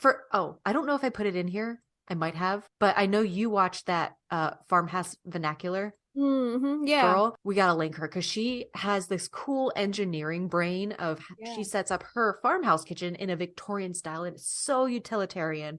And she's like, she plans it out and she gives you reasons why things were the way they were at that time. And like we're going to get to there. Unlike cabinetry of today, which is fixed to the walls, this is what I wanted to say, and not movable, the historic Victorian kitchen would have had cabinets that could be moved. These cabinets would have been situated around a large work table where the prep for the meals and feeding of the household would take place. Our kitchens today are designed with an outward orientation. This means that the workstations are on the perimeter and the center is open. Victorian kitchen style would have been of a more inward orientation, where a large table in the middle would have housed much of the prep and workspace, and the movable cabinets featured more storage capacity with less workable surfaces. This inward orientation of the historic Victorian style is set up for multiple cooks in the kitchen at once. I love it. I love her videos. It's so cool to see her work it out. I wonder how it works in real life for her. So analytical. Avi actually likes watching her because she's an engineer. So he likes how her brain works. Yeah. I just think it's super interesting how she does all the research. She goes back in time and she, I think she's recommended like books of like in the Victorian kitchen, and she designed with those concepts in mind. Like, do I need a prep station? Is this just going to be solely for eating? What are the purposes? What each station needs its own designated purpose. It's even so down cool. to her like pantry closet, like, and the color choices that she painted, like that beautiful like golden yellow, right? Yeah. Her kitchen is just like, it's so pretty. But I love her videos. I love watching all of her stuff. I think she did a whole video on table setting etiquette for like Victorian, something like that. Cool. That's cool. I like her a lot. So we'll link her. Yeah, like our kitchens today, like you have big like countertops attached to your sink, and she definitely just has like a sink, little space next to the sink, probably for her dishes. She has like a stand up. It almost looks like an armoire where you could keep like dry goods or your dishes, and then like a table with It's collapsing arms. a drop leaf table. The video, I don't know if it's that one specifically, but it used to be like not an embalmer's table. It was some kind of funeral table. Oh. The length of it apparently, and like the way the you can open it up to make it bigger, I guess used to be because like funerals were held at home back in the day and they had to put the body somewhere. So she has like a funeral table as her workspace table. So cool. Yeah. All right. So we're talking about bathrooms now. Yeah. All right. So I love a clawfoot tub. I do love a good too. clawfoot tub. Did I tell you my parents put a clawfoot tub in my old bathroom? Sick. I'm telling you, you need to take a house tour when you're here. I'm sure they'll remember taking a house tour. My Aunt Blanche, who I was telling you about, who did the tarot and palm, or the tea leaf reading, palm reading, in her apartment, she had a clawfoot tub in her bathroom. And I always remember being afraid of it. Because I would go to the bathroom like as a little kid, and I'm like, oh my God, it's gonna come to life. Like I was picturing it like chasing me out of the bathroom. I was scared of that for a long time. That's hilarious. Yeah, that's hilarious. Clawfoot tubs. All right, so yeah, clawfoot tub. A clawfoot tub is a free-standing tub with curved, ornate feet. This was a popular fixture in Victorian bathrooms. These tubs were often made of cast iron and lined with porcelain and were typically quite deep and spacious. Number 2 is the pedestal sink. A pedestal sink with a porcelain basin and ornate base was a common fixture in Victorian bathrooms. These sinks often had elaborate details such as carved flowers or scroll work. Number 3, a high tank toilet. Victorian-era toilets often had high tank designs with a porcelain tank mounted high on the wall and connected to the toilet bowl with a pipe. These toilets were often decorated with elaborate patterns or motifs. Were those the ones with the chains? Yeah. Okay. Yeah. Number 4, patterned tile. Victorian bathrooms often featured colorful, patterned tiles on the floors and walls. These tiles might feature floral or geometric designs and were often quite intricate. Number 5, they put wainscoting in the bathroom. So many Victorian bathrooms had wainscoting, which is a type of wooden paneling that covers the lower part of the walls. This paneling was often painted white or another light color and might be accented with a border of decorative tiles. And number 6, ornate fixtures. Victorian bathrooms often featured fixtures such as towel racks, toilet paper holders, and soap dishes that were made of brass or other decorative metal. These fixtures might be embellished with intricate designs or motifs. I just love all the intricate little touches. Just makes it so cozy. I know it's not super vintage or retro, but I really like seeing, even if it's not like a standalone bathtub, but the bathtubs that still have the knobs, and like it's the hot, the cold, and the shower, and like the knobs are like the white, like the little cross, they're like the white ones. I know you can get those still at Home Depot, but to me, I'm like, oh, I feel so fucking fancy. You know, I think they're cool. I think they're really neat. Yeah. So let's get into like the more realistic side if you're thinking about getting a Victorian or a historic house at all. So this article is called "Practically Speaking, Hassles and Headaches." And it's just a little shorty here, but Victorian homes have much smaller rooms and less closet space than most modern homes. Also, like many historic home styles, you'll probably need to do some rewiring and repair the interior plaster and trim to correct house settling. All the elaborate exterior trim can also turn into quite a lot of repair work. Most of the trim styles used on Victorian homes aren't widely available anymore, so you might have to get these custom replacements, and they can be pretty costly. The most pressing hassles are often the health hazard of lead paint and asbestos, and we're going to go so deep into this in a little bit after our next break. But Victorians raved about asbestos and often used it in construction and decorating. Wow. Now we know asbestos fibers are carcinogenic if released into the air. Removal or sealing can be expensive, so make sure to go through the home inspection, which we'll talk about after the break again. That reminds me of, be aware. Remember the tea episode when that murderer chick like tried to blame the poisoning on the lead in the wallpaper? Yes. But really she was just a murderer. Murderer. All right, so this is from houzz.ie, and this is 8 things owners of Victorian houses know to be true. So number 1, you lose stuff between the floorboards. It's necessary to maintain extra vigilance when removing jewelry or fishing around for credit cards in a pocket. One false move and your prized possession may have slipped straight through the cracks. and recovering it will most likely involve a crowbar and the discovery of various items left behind by previous occupants. Not all of them are desirable. Talking about maybe a death watch beetle or two. Yeah. Dude, Shit. the floorboards at work also are very, very, like, don't bother sweeping. All the dirt just goes into the cracks. Like, you have to vacuum.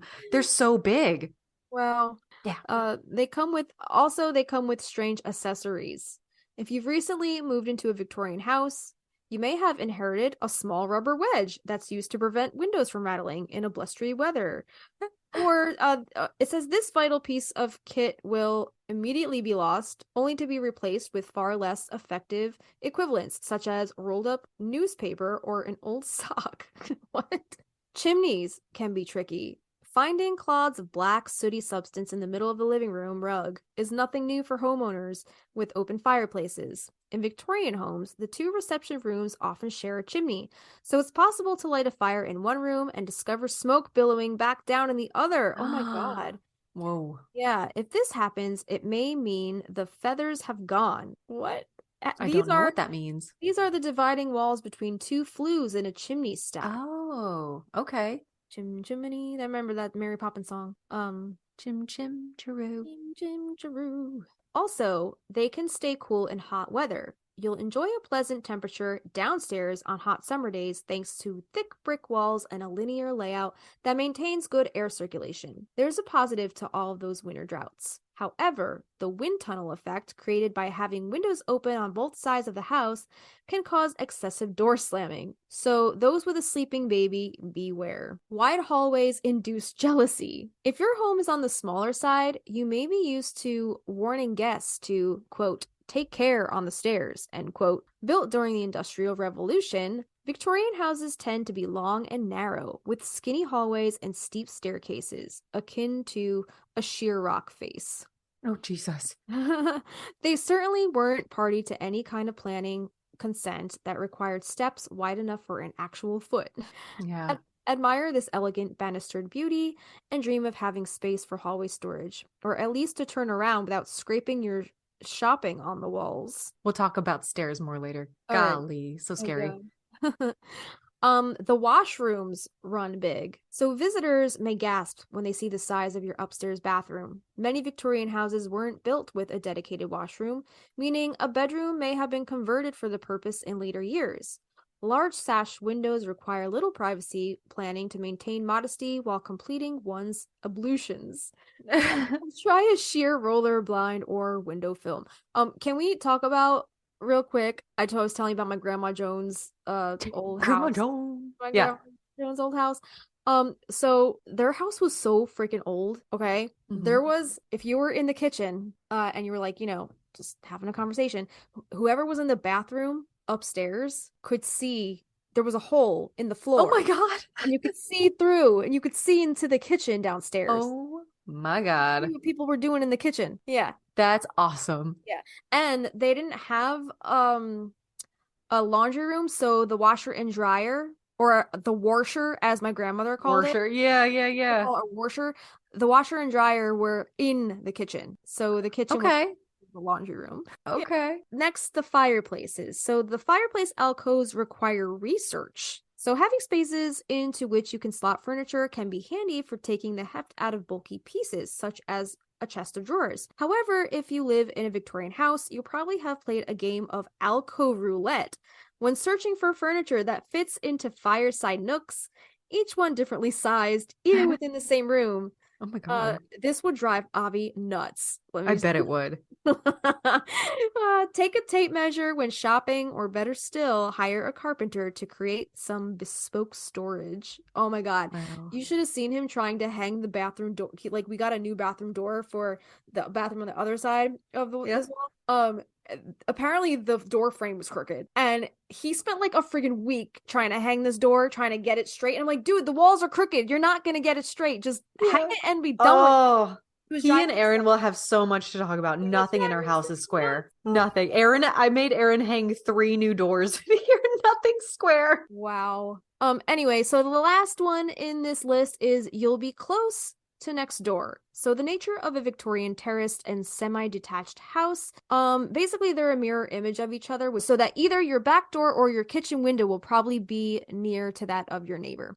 This may lead to good over-fence rapport and regular evening beers, or seething resentment as next door insists on clipping his toenails on the back step. That's disgusting. The sense of community is a major plus point if you can foster friendships with those in your immediate vicinity. That's disgusting. Yeah, I don't do well with close neighbors. My childhood home, where my parents still live, they're in an attached unit. So next door is a ranch, and they have, it's 2 stories. But when I used to sit on the front porch and like try to read the book, and the next door neighbors come outside, like just like talking loud as shit on the front porch. I hate that. Oh God, I hate that. So annoying. I could not wait to move out of there for that reason. I was like, I like my privacy, and these people are ruining my flow. Yeah, they're ruining my flow. They're ruining my zen here. So I don't like that, because then I feel obligated to do small talk. Yeah. Like, yeah. That's why we live where in the sticks. In the sticks.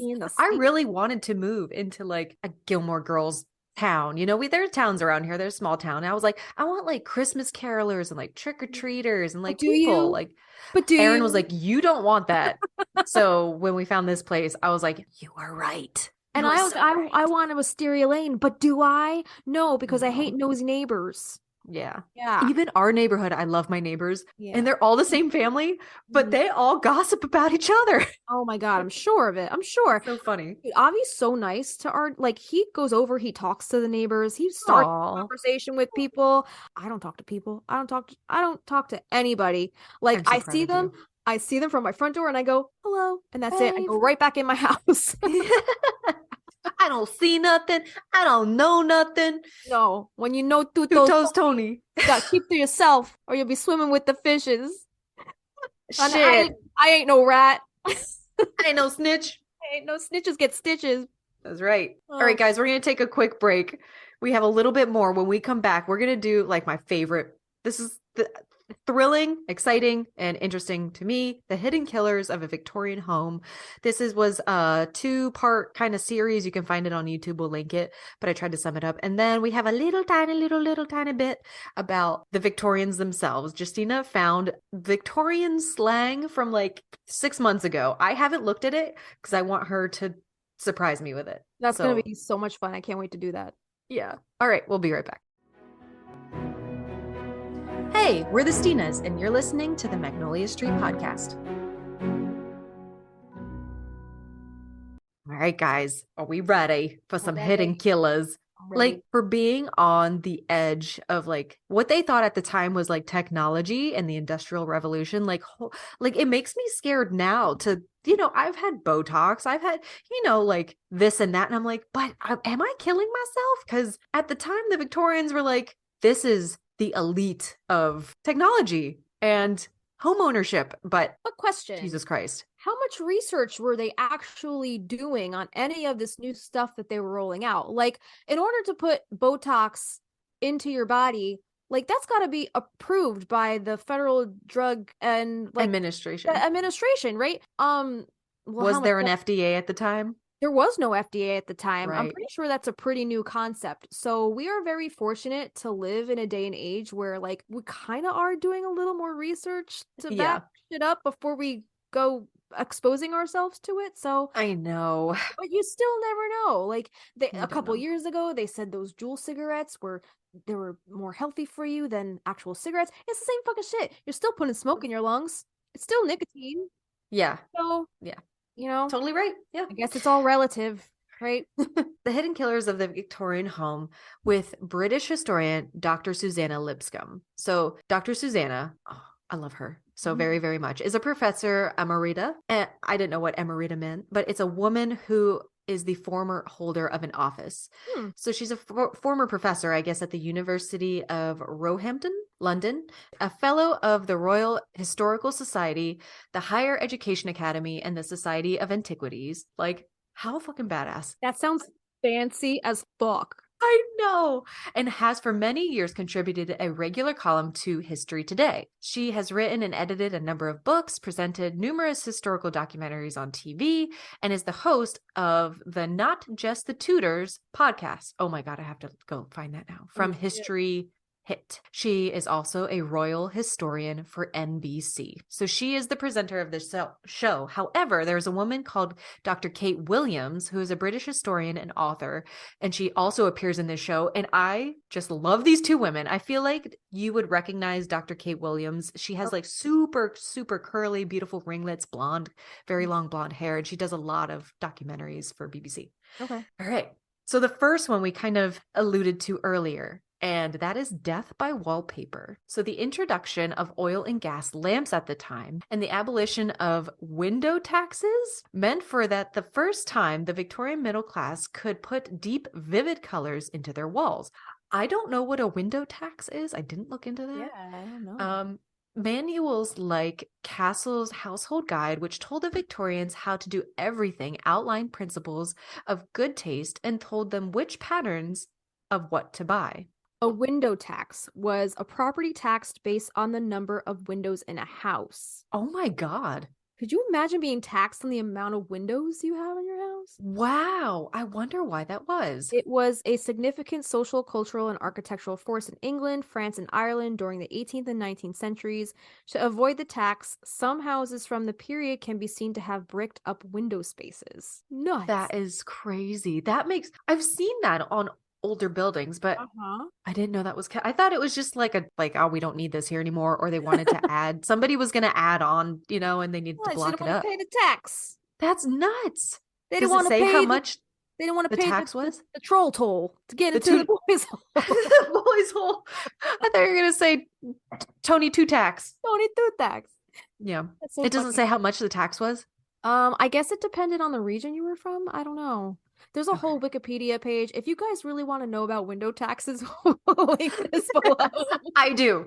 We could go down the rabbit hole, but I feel like we've gone further enough down it today. We'll just link it. Yeah. They were influencing a massive market. So wallpaper sales shot up from around 1 million pieces a year in 1934 to 32 million by 1870. Whoa. There was a particular fashion for wallpaper in Scheele's green, a brilliant, long-lasting green, which was made from copper arsenite, so arsenic, and therefore, unbeknownst to many customers, potentially poisonous. The Times, I'm guessing the magazine, estimated that Victorian British homes contained 100 square miles of arsenic-rich wallpaper. Oh my God. And thanks to a chemical reaction, arsenic was most likely floating around in the very air that they were breathing. So the symptoms of arsenic poisoning were very similar to cholera, which was going around at the time, and that included pain and swelling of the esophagus, difficulty swallowing, dry throat, followed by what was described as agonizing abdominal pain, as the whole digestive tract is affected by it, followed by vomiting and diarrhea. Mamma mia, papa mia. It sounds so horrible. Oh my God. Also, the Victorian homes weren't heated extremely well, and they could be rather damp. So mixing the dampness together with the wallpaper paste and cellulose, you get the fungal growth. So fucking nasty. Also, nobody was opening windows because of the smog. And the window taxes. They were just bricking the window taxes. Yeah. Bricking themselves into this arsenic environment. That's horrible. They were just closing themselves in. Yeah. How terrifying. But it's very iconic, like that green, that like neon green wallpaper is very rich. So next is the heating and lighting at the time. The late Victorian period saw the introduction of gas lighting and central heating into the British homes. But at first these were extremely hazardous as the systems lacked stopcocks. I didn't make that word up. And release valves. Stories of exploding stoves and people suffocating as they slept were alarmingly common. Oh my God. So add in electric lighting and the danger just became greater than ever. Hashtag gasolier. All right, so I've been alluding to this crazy contraption from the beginning. So, having previously been restricted to candle and firelight, the effect of introducing a controllable light source to the society was enormous. Factories, street shops, eventually houses could now be lit on a scale previously unimaginable. extending the number of working hours in a day. Experiments with gas began in the 18th century with William Murdoch. He was first to use gas on a large scale. However, Albert Winston, who formed the Gas, Light, and Coke Company, became the largest gas company in the world. We'll talk a little bit more about gas companies in a second. His success came despite, or maybe because of, some rather ludicrous initial claims, such as his claim that a room full of gas, when entered with a candle, quote, will never inflame because it is intermixed with the air of the room, and the gas was more, quote, more congenial to our lungs than vital air. End quote. Oh my God. The Victorian passion for design and decoration led to the creation of some stunning and imaginative, what they call gasoliers. These are chandeliers powered by gas, and the gas wall brackets were often adorned with like beautiful glass shades. They're very pretty. You can still buy them online, very expensive. Of course, you either get one or the other. So a gasolier had the capacity to run gas lighting or electric lighting. So I'll just leave that there for your mind to come up with what happens when sometimes those mix or a rogue spark happens around gas. But also, never mind the rivalries that were going on between the gas companies and the gas suppliers themselves. This doesn't just mean like the cutting cost, thus cutting proper, like the product quality. They would go around sabotaging their opponents by dropping the opponent's gas pressures in town. Dude. Like, what the fuck? Fucking cutthroat. It's so savage. Savage. So under this falls radiators at the time. So the introduction to the gas central heating meant more rooms could have their own radiators, basically heating the water and piping it through like a little steam engine. Sometimes 10 to 16 or more of these radiators could be on one system. And that created an immense and extremely volatile pressure. If that system valve was faulty and didn't open up, like boom. Boom, motherfucker. Boom, motherfucker. Dead. Yeah. Wow. When hearths and stoves were under open flues and the chimneys, the ventilation could draw up the smoke and take it out was one thing. However, when stoves started being encased, that's when all the problems with pressure and smoke started happening in the kitchens. And this would lead to so many health problems. Some stoves were sealed units that you would add water into, sort of like a modern day kettle. And these had no release valves on the stove. But basically, it's a time bomb, right? It's basically a time bomb. Yeah, they had no release valves and they would just explode. Like a small time bomb. They didn't understand the pressures at the time. And it wasn't until 1923 that any safety regulations were brought in. Dude, these Victorians were just throwing caution to the wind. Mm-hmm. Nobody gave any fucks. They're just like, all right, well, it's fine. If we die, we die. It's whatever. It's fine. It's whatever. Yeah. We'll just come back and haunt people. It's fine. Yeah. That's why they're so freaking haunted. That's why. Yeah. That's why. And that's why they're all so fucking confused. Because they just went in the kitchen to make a goddamn snack and they just exploded themselves because they walked into a gas-filled room with a lit candle because they couldn't see. Oh my God. Just wanted a snack. Wanted a snack. So I really recommend going to watch this video because the next portion we're going to talk about is the stairs in a Victorian home and the way that they kind of take the stairs and put them like almost in a laboratory. They show you with these adjustable stairs how difficult it would be at the time to go up and down some of these. So there were so many deaths and injuries from stairs during this era due to the growth of urban population. The number of Victorians per square mile increased from 390 in 1871 to 558 in 1901. Wow.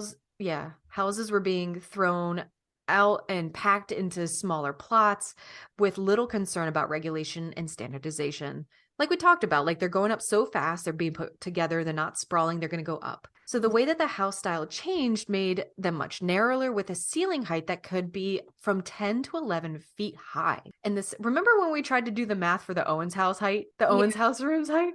Yeah. The stairs then became steeper to fit in these new dimensions. Wow. So the term upstairs, downstairs came from the difference in staircases. Main stairs were often more roomy and highly decorated. People were spending thousands upon thousands on staircases, whereas the quote unquote downstairs, the servant stairs, were lucky to even have handrails.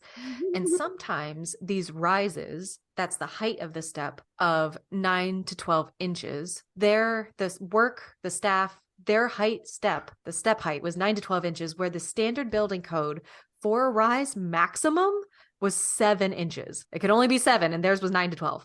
The widths, or the width of the stairs where your foot sits, it's also called a run, could be as little, or was as little as 6.8 inches when the standard at the time, it could be I think it needed to be about 11 inches. Okay. So half a foot, you would have to turn your foot sideways basically to get down. Not me, because I had little fucking feet. You do have little fucking I'd feet. be just fine in the Victorian era. See, I told you I was meant to be in the Victorian era. Scientists revealed that on the servants' staircase, there were 6 times more likely to have falls than on the grand staircases in the house. So also, they just didn't give a fuck about their helpers and their servants. Fuck these people. Also, many Victorian homes were built with non-uniform steps. If a step is a fraction of an inch different than the rest, you're more likely to fall, at that stair that's not uniform. And there's a really good, I didn't link it, but there's a really cool study that they did. Somebody took closed circuit video from a New York subway. And there's one stair that is just slightly different. And they put together all the footage of people tripping on that specific stair. Yeah. It's crazy. That's crazy. Yeah. I've done that before. I have friends that have like their front steps are just like not consistent at all. Yeah. I always fucking trip going out of there. It's crazy. It is crazy. It is crazy. Yeah. It's really neat to watch in this study, because they have the normal stairs. You can go down really easy. Your foot has plenty of room. And then they basically like type in their measurements and the stairs shrink and get taller. It's really neat. All right, I know you said you've seen it, but you haven't watched it in a while. Yeah. If there's anything that we've learned from the Victorians in this episode, it's that consistency was not their greatest suit. They just didn't care. Like there was no standard for anything. Right. They like to think that there was, but not within the home. Right. So let's talk a little bit about bathroom killers. So until the mid-Victorian period, hot tubs for bathing had stood next to the fire in the front room or kitchen, where water had to be warmed and then poured in. This meant that servants no longer had to be sort of traipsing up and down the back stairs carrying large amounts of water. God, could you imagine carrying a boiling thing of water down some killer stairs? Oh. Poor people. This is presumably when the bathroom as we know it today as a separate private lockable space from the rest of the house really starts to take shape. However, tubs and flushing toilets at that time had their problems. So the bathtubs were gas powered. What? Yeah, bruh. Many instructions were very careful to point out that you don't actually want to start turning on the gas until you've got the water in the bath, so you don't boil it dry. But they don't really make mention of making sure you don't get in the bath while the gas is on. Oh my God. Could you imagine like the technical writer for those instructions? Fuck that guy. Just boiling yourself to death. So the papers regularly reported cases of scorching so serious they resulted in death. Of course. Yeah, dude. So as well as the toilet, we got the toilet. The sewer systems didn't effectively drain away the waste. Oh. So the gases such as methane and hydrosulfide emanating from the human waste was not able to escape because they have that, the pee trap that goes outside. Yeah. These gases are flammable and explosive. So they would build up in the sewers and back into the house. Basically, and explode. What the hell, man? Those were trying times. What a scary time. What a scary time. I thought COVID was bad. No, I'm just kidding. I know. Like, at least you're not trapped in an asbestos or an arsenic-filled living room with your toilet about to blow. My window was bricked up. Jesus. It's a window tax. Dude, did I tell you the other night I went to take a bath and like the water, like I went and did something else while I was waiting for the water to fill up, and I get back and the entire bath is brown. Oh my God, what happened? Avi said he got a call from the town saying that they were doing some shit with the water and that might happen. What the fuck? But then he also said it could be the water heater because we need a new one, so I don't fucking know. Oh my God. But I can't take a bath right now because our water's fucking brown. Oh no. What about a shower? Is it the same thing? No, it's just a bath. It's weird. I don't know. I Weird. think it's just the hot water. Like, you don't see it in the shower. It could be brown, but I don't fucking know. I only noticed because I filled up an entire bathtub of it. And I was like, oh, that don't look good. No, dude. But That you know sucks. what? At least I didn't boil myself in it, so that's Do plus. you have 2 bathrooms? Yeah, but only the one has the tub. Oh, okay. Yeah. Huh. I wonder if it's just that line that comes out the bathroom fixture, the bathtub fixture. Because Well, if you fill up your sink, it doesn't happen. he tried it with the sink too, and it was brown too. So I think it could be Oh the water no. heater. I don't know. Oh. I could Yeah. ask Aaron. He's a plumber. Oh, is he a Roto-Rooter guy? He is a Roto-Rooter guy. really? He doesn't work for that company. Oh, No, okay. not that company, but he's That's funny. Oh, Aaron, you're a Roto-Rooter guy. So what do you fix cars? Because Justina didn't know what the fuck a Roto-Rooter guy was. Anyway. All right. Laundry. Let's get to laundry. There was a device at the time called the mangle. All right.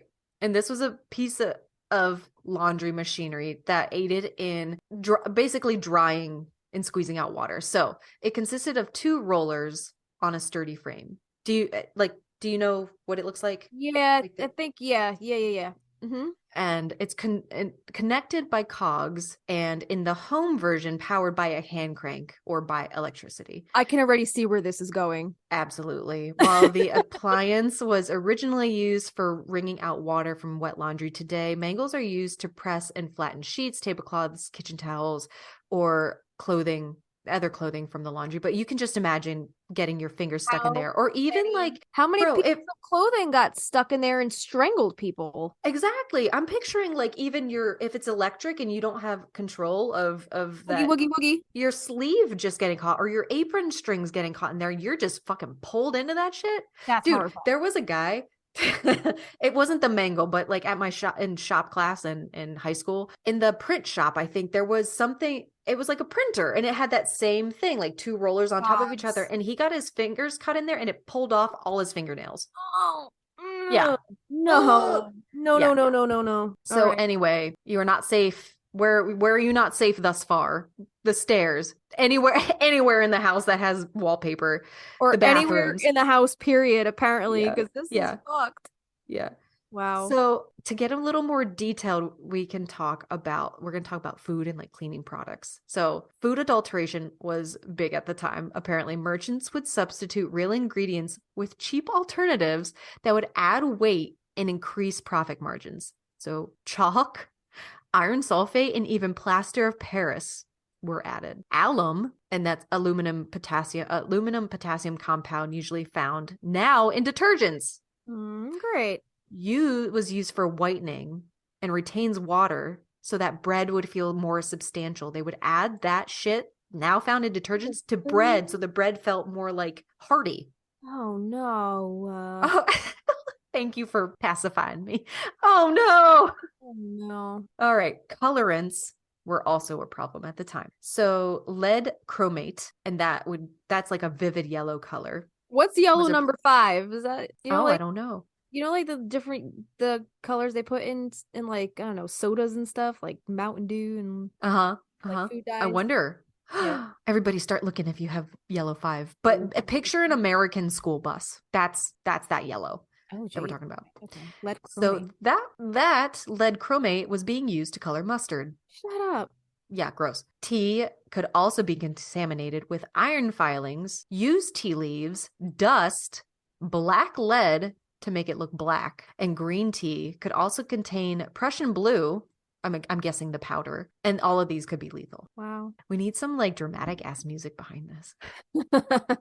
So cleaning products. Harsh and hazardous chemicals used in the home could often be sold in shops where very similar packaging was used right next to the food item. So the food and the cleaning products looked very similar at the time. So an example would be baking soda looked very similar to caustic soda. Uh-oh. Cases of professionals making mix-ups, such as the one in Bradford, UK, where a physician mistakenly mixed arsenic into a throat lozenge recipe, killing 12 and rendering 78 ill. God. That's crazy. Fucked I wonder up. if he was ever tried, if that was a oopsie daisy. Yeah, I don't know. Strychnine is white and odorless. was another commonly mistaken kitchen product used in medicine or in the garden as a pesticide. So if you strychnine causes the muscle in the head and neck to contract and then spasm, and this spasming would spread throughout the body, and at times the contraction would be so bad that only the person's head and heels would be on the ground with their back bowed in the middle. Oh. And death would follow closely behind. Death was close behind. I'm making a video. It wasn't until 1902 that the Pharmacy Act required that the bottles of disinfectants to be distinguishable by touch from bottles of ordinary liquids. Jesus Christ. Yeah. Painted toys. For children. I know, not the children. Brightly colored Victorian children toys were commonly painted with lead paint. Children are always likely to put these toys in their mouths, and the lead paint was sweet to the taste, right? But one flake could be enough to poison that child. Lead attacks the nervous system. Even mild lead poisoning can cause encephalopathy and damage the child's development. All right, let's keep on with the kiddos, shall we? So, into the mouths of babes, perhaps the most shocking hidden killer of the Victorian age was the newly developed feeding bottle. It was a curved glass bottle to which was attached a piece of rubber tubing, and the teat provided the perfect incubator for all manner of life-threatening bacteria. And Mrs. Beeton advised new mothers, I'm guessing that was like a pamphlet at the time, advised the mothers that they didn't need to wash the teat for the 2 or 3 weeks it lasted. So they were like given these like new baby bottles, and they were like, you don't need to wash that shit. The porous tubing of the teat gave the flourishing bacteria direct access into the bodies of the most vulnerable. So, along with that, milk. Tests on 20,000 milk samples in 1882 showed that a fifth had been adulterated. But much of this was done not by the manufacturers, but by the households themselves. Boric acid was believed to, quote unquote, purify milk, removing the sour taste and smell from milk that had gone bad. Miss Beeton, again, I think we should look into her, told consumers that this was, quote unquote, quite a harmless addition. But how many people has this woman killed? She was wrong. Small amounts of boric acid can cause nausea, vomiting, abdominal pain, and diarrhea. But worse, it was what boric acid concealed that was particularly dangerous. Before pasteurization, milk very often contained bovine TB, which would flourish in bacteria-friendly environments created by the substance. Bovine TB damages the internal organs and the bones of the spine, leading to several spinal deformities. Wow. Yeah. Ugh. It is estimated that up to 500,000 children died of bovine TB from milk in the Victorian period. Aww. You think you're doing like one good thing, but you're fucking it up. So basically, this bitch, Isabella Beeton, she was known as Mrs. Beeton. She was an English journalist, editor, and writer. Her name is particularly associated with her first book. I'm assuming this is the book that everybody's reading all these tips. All that bullshit. It was basically the Martha Stewart of the 1800s. Oh, God. So her first book was Mrs. Beeton's Book of Household Management. So she was looked to as this like professional in her field of household management. Meanwhile, she's killing all these people with her advice. That's crazy. Dude, I have some old-timey like household managements at the inn. I'll have to look through and see if there's any Miss Beeton. Yeah, okay. I wonder if she ever got tried for any of, just misguiding people with her advice. Yeah. I'm gonna have to, I want to read into her more. Maybe we could do an actual whole episode on her. She could be a bonus. Yeah. Maybe. Yeah. Let's talk about Miss Beeton. Okay, Ms. cool. Beeton. 2 more, guys. Got 2 more for you, and then Justina's gonna wow me with the Victorians themselves. Women's corsets, I think, is pretty well known that they were not a healthy idea for women at the time. They were, quote unquote, to get everything under control. They meant self-reserve, and that was vital to the Victorian women because the opposite was just excess and freedom. So the addition of metal eyelets on the back of these corsets allowed for something called tight lacing. And it's exactly what you think of, I guess, when you think of a corset. Painful. Yeah. Dude, have you ever tried the corset on? Oh, go ahead. I wore a corset this past Halloween because I was a Victorian vampire. How was it? It was painful. Dude, no. At the end of the night, I felt like my sides, my stomach was like permanently internal. Like my skin just felt like it was on the inside. It was Oh my God. It hurt. You laced that shit up good. I probably didn't have to tie it that tight, but my boobs looked amazing, so it's all Yeah. It's cool to see those like diagrams of what that shit does to your mm-hmm. innards. It Do just you pushes remember- everything down. Do you remember that scene in Titanic when they're lacing her up and she's Mhm. like, oh, fuck this shit. She Yeah. hates it. Yeah. Yeah. The corsets exert extreme amounts of pressure on the internal organs and distort the liver, constrict the lungs, and even displace your uterus. So besides, making basic exercise uncomfortable, they predispose women to more serious conditions like pneumonia and the prolapse of the uterus. And many women continue to wear them even during pregnancy with unhappy results. How is that even possible? Yeah, that is fucked up. That is fucked up. So lastly, celluloid plastics. The first synthetic plastic material developed in the 1860s and 1870s from the homogeneous celluloid dispersion of nitrocellulose and camphor. Chemically, it's very similar to gun carbon and is extremely flammable. It was also unreliable in other ways. The change in surroundings or light and other factors caused the celluloid to break down, releasing camphor and alcohols into the air, and then could be met with spark or flame without a physical presence of the celluloid product itself. So, does that make sense? It sounds explosive. It sounds flammable. That's what I got. Yeah, it sounds flammable as shit. Yeah. Yeah. So it would basically, if that piece of plastic was like in a room and it started to break down, those chemicals could stay in the air. And even if that piece of plastic was taken out of the room, they're still in the air and it could spark. Yeah. Scary. Man, that's a scary time. I want to go rewatch this episode now because I remember watching this and I was like just fascinated. I was like, holy. It's so good. Yeah. So are we ready for some Victorian slang? Hell yeah. I think you also sent me the 9 things to whisper in a complete stranger's ear. Okay. I read a couple of those. All right. Oh, but I'm going to minimize my screen. Let you surprise me. There's you don't have to read all of them. I'm going to read all of them. There's 8 terms here. Okay. Okay. There's 8 Victorian slang terms. I'm going to stick to these 8 first and see how I do because what I'm going to do, I'm going to think of a sentence that contains the phrase and I want you to guess what the phrase means. Okay. Does that make sense? I got it. All right. Okay. So number 1, I'm not up to dick. This is already starting off really bad.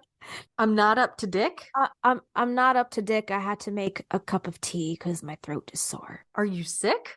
Like, I'm not up to dick. Like, you're not feeling right as rain? Yeah, not feeling well. Not okay. Unwell. Okay. Unwell. Not feeling dick. Right. You might know this next one. I feel like this one's kind of a popular one. So yeah, I like to wear that corset for Halloween and make my Cupid's kettle drums look fantastic. Boobs? My breasts. Cupid's kettle drums? Cupid's kettle. Shut up. Oh, we can't use this next one. This one's on okay. This is the Witch Bitch Amateur Hour. They take ownership of this one. Okay. Stop running your sauce box. Sauce box. Nice. Your mouth. Mm-hmm. Yeah. There. I'm a little poked up that I didn't know what a rotor-rooter guy was. Embarrassed? Huh? Yeah. Oh yeah. Poked up. Poked up. So Kristina, did you get tight as a boiled owl at ladies' night last night? Tight as a boiled owl? Tight as a boiled owl? Tight as at ladies' night last night. Like rip drunk? Yeah. Oh my god. Tight as a boiled owl? You're gonna tight as a boiled owl. You're gonna use that one now from now on. I can only think of like because like an owl goes hoo hoo and like if you're drunk you go I don't know. Oh, all right. So, all right. I don't know what I'm gonna say for this next one. Did you ever watch The Never Ending Story? That's not the phrase. I'm just asking. Oh yeah. You ever watch The Never Ending Story? Did you get the morbs when Artax bit the dust in the sand? Oh, I love that. Like the Morbins? Did you get the morbs? Like the sads? Did you get the morbs? The temporary sadness? Yeah. I love that. Did you get the morbs?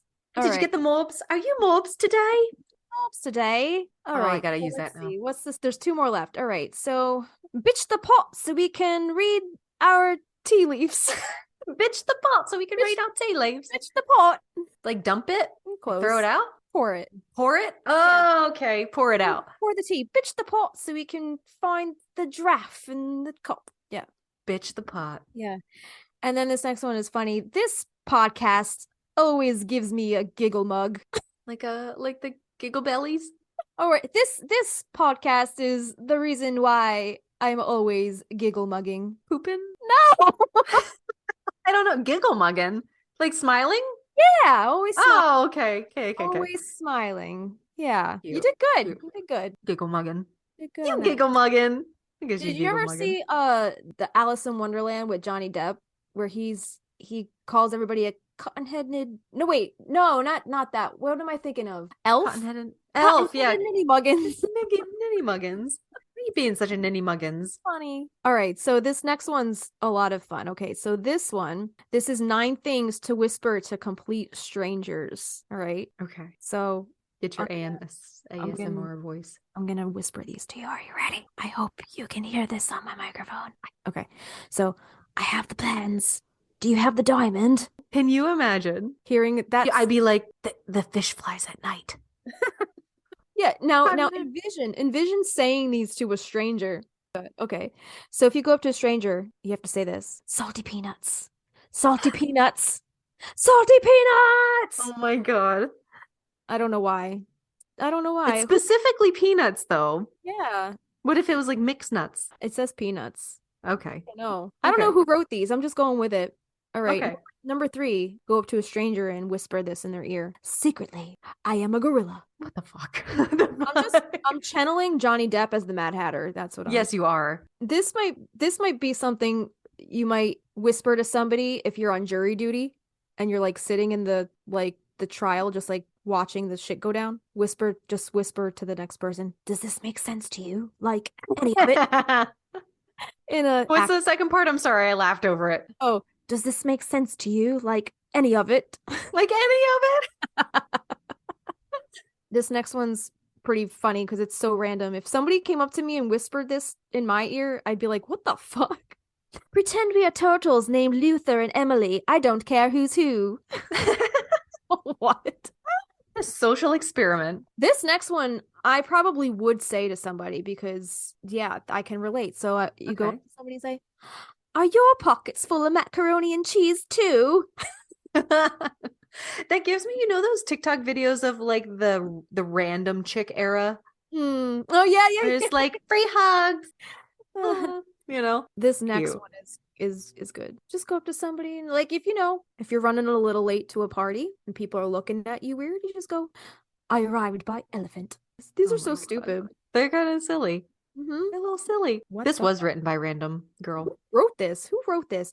And then this last one's a bit of a mouthful. This says under different circumstances, I believe we could have been the owners of rival graveyards. Each resorting to increasingly desperate, not to mention questionable, nay, even illegal means to secure, how shall we say, permanent residence. I like that one. Can you read the just beginning part again? Rivals of neighbor graveyards? The owners of rival graveyards. Justina. We have a t-shirt. Could I you picture like 2 tombstones, like fucking battling it out. And above it says arbiter of taste. illegal means of, how should we say, a permanent residence? So good. I know you have more. I have some for you real quick. Okay. So you spending time in California, that like they have their own way of talking. And after so Yeah. many years, like my friend Wyatt and I just developed like a couple of these like things that mean other things. So I'm going to see if you can guess what they might be. From the West Coast? Yeah. Okay. All right. I'll try to use it in a sentence. Okay. All right. If you don't shut up, I'm going to head chuck you in the chunks. Head chuck you in the chunks? Wait, what am I guessing? Head chuck or chunks? It's an action. It's like a verb. Head chuck you in the balls? No, just headbutting. Oh, Head okay. chuck you in the chunks. Got it. All right. I never heard of that. Um, I don't think I spent enough time on the West Coast to get any of these. I did a workout yesterday and my snakes are tired. My legs? No? My snakes are tired? Arms? Arms. Okay. Snake. I'm a snake. All right. So I did a workout the day before and my stumps are tired. My legs. Your legs, your The stumps. legs are the stumps, the snakes are the arms. But your stumps could also be your stilts or your getaway sticks. They're getaway sticks. Just picture a pirate just coming after you. Leg. Yeah. I was playing soccer the other day and I got a knee knuckler. A knee knuckler. Bruise? Yes, it's a bruise anywhere below the knee. Got it. Ah, okay. You're amazing. You're amazing. How about clacking teeth? Talking too much. Mm-mm. Eating too much? When Aaron and I are alone together, we like to clack teeth. Oh. Make out. Yes. Do you like to snog? Do you want to go snogging? You want to snog. Oh, get a good snog sesh in. I think that was it. The other ones are just they're just silly. But we had different names for boobs. Uh-oh. So older women's boobs are called pizza slices. Oh, Triangles. Oh no. Younger women's boobs are called bread bowls. I always call them mosquito bites. Mosquito bites. Mosquito bites. And then men have tortillas because they're flat. Tortillas. And I think that's it. If you're jingled, jizzed, or jazzed, you're excited. If you're jingled, jizzed, or jazzed. I just like getaway sticks. That's my favorite. Getaway sticks. All right. What else you got for me? Song, the getaway car song. Okay, so 10 weird things the Victorians did. Number 1, they hosted mummy unwrapping parties. Did you know that? No. Like real people's? Well, now I have to elaborate on it because your curiosity is piqued. So during the period in Europe, they experienced a renewed interest in ancient Egypt due to Napoleon's entry into the country. This new fascination was called Egyptomania. Mummies, mind you, had been purchased from Egypt since the Elizabethan period, but things heated up in the 19th century. Tourism in Egypt saw a boom in the period, and many rich visitors would look to bring home a mummy as a souvenir. Ew. Not exactly a fridge magnet, but to each their own. When returning from their travels, these rich folk would almost immediately hold an unwrapping party, sometimes in public places, but often by invitation only. People will gather around to witness the mummy's bandages being removed to reveal what lies beneath. A gruesome practice and a smelly one too. It's not something we would be jumping to attend, but at the time they were incredibly popular. Interesting. Weird. I would love to be a fly on the wall during one of those parties. Number 2, they sent strange Christmas cards. Dude, some of these Christmas cards in this section are fucking weird. This one guy just looks like a turnip, and this one looks like a frog shoving its legs up another frog's ass. Oh my god. And then this one just looks like a dead bird. So Christmas cards were a relatively new thing in the 1800s, and they weren't quite as they are today. There, of course, were some nice heartwarming Christmassy cards, but many were just plain weird. Humanized vegetables, for instance. Oh, it's a beetroot. A beetroot with legs, arms, and a head. Wearing a top hat, and a dead bird or frog animals killing each other were all popular images for a festive greeting. Not exactly snowy villages lit up with candlelight and large Christmas trees, but still, who are we to judge? Dude, you have to bring that back for your Bohemian Magic card exchange this year. As weird as you can get it. Victorian Christmas cards. The beetroot guy. That's funny. Number 3, they believed in dodgy science. So science at the time was, for the most part, rather dodgy. They still believed in the old theories of the body being made up of 4 humors, which directly influence health. These were black bile, yellow bile, phlegm, and blood. Any illness was believed to be caused by an imbalance of one of these humors, so the treatment would include using a variety of remedies that could help balance the humors. For instance, if you had a fever where you are hot and wet, you needed something cold and dry to even you out. This doesn't exactly hold up to more modern scientific facts. Also, it was popularly believed that the skin could breathe. They knew, of course, that most of the oxygen we need was taken in through the mouth, but they still thought that a fair chunk of this was taken in through the skin. Because of this, they didn't like to cover their body too much while sleeping for fear they would suffocate. Dude, I must be a Victorian because I legitimately have that fear. I take my socks off. I take my socks off in the middle of the night. I can't tell you how many socks I have stuffed to the end of the bed. If you lift up my sheets at the end of the bed, you'll just see a pile of socks because they get lost under there. Why don't you take them off before you go to bed? Because my feet are cold at night because at night the floor gets cold. But then when I'm in the bed under the covers, I feel like I'm suffocating. Did you get my Marco the other day when Yes. I was like, who sleeps like this? I woke up one arm was in my robe and the other arm was didn't have any clothes on it. because half of me gets hot and the other half is cold all the time. My So God. I must be a Victorian because I have that exact fear. Have you ever done a past life regression? No, but I'm should. fascinated. I want to do one. I feel like I've had a few past lives. Christ. Yeah, could I say? Okay, so they didn't like to cover much of their body while sleeping for fear they would suffocate. This theory partly came about because an experiment took place where a horse was covered from head to hoof in shellac, a resin used in polish at the time and today used in nail polish. The horse within hours had died. Duh, obviously. Yeah, shellac. Obviously suffocating due to its skin being covered. In reality, it died from overheating as its body could no longer regulate its temperature. Mm-hmm. A canary dying during the night while in a cage beside someone's bed also led to the belief that the air we breathe out could kill us in our sleep. This meant that many would leave their windows wide open at night to let poisonous gases out. It's all very dodgy, and this only scratches the surface. It's all very dodgy. He said. Number 4. Have you ever heard of this one? I've heard of this one. It's creepy. They took pictures of the recently deceased as if they were alive. Mm-hmm. So this sinister trend saw a massive increase over the 19th century due mainly to the increase in photographic technology. All right, so often on the death of a loved one, be they young or old, the family would splash out on having a photo taken of them. Of course, they don't want a horrific picture of the dearly departed looking lifeless. They want an image of them dressed up well, sitting up or even standing. They sometimes even wanted other family members to pose with the deceased. To do this, they would dress the subject in their finery and then, in the case of an infant, sit them up on a chair or amongst pillows to give the impression that they are alive. In the case of older folk, they could have them standing using an incredibly macabre post-mortem photography stand. This would hold the torso to keep the subject standing straight and support the neck to keep the head upright. Yeah, This is so fucked up. This whole business isn't the nicest, but if you wanted a photo of your loved one and didn't get this when they were still alive, it does make some sense to do it after death. No, bro, that's creepy as shit. Number 5, they wore increasingly tighter corsets. This lady's waistline in this picture is pretty much non-existent.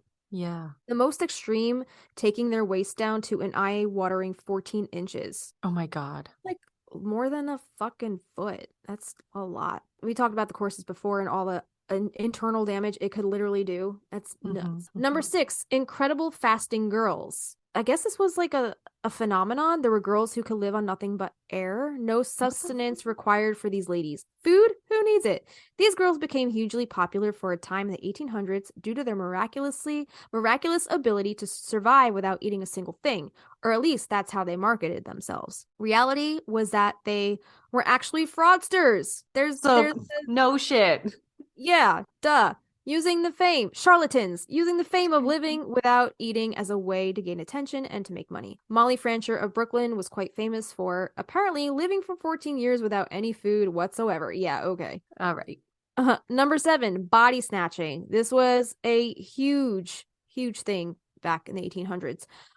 So basically they would study, at the start of the 1800s, those studying anatomy were legally allowed to have and dissect the bodies of those condemned to death. Sadly for them, this was only around 55 people each year. For the ever-growing study of anatomy in medical schools, however, around 500 bodies were needed per annum. Due to this high demand, body snatching became prevalent, with many folk out to get a quick buck. They would dig up the recently buried and then sell the body to the local medical schools.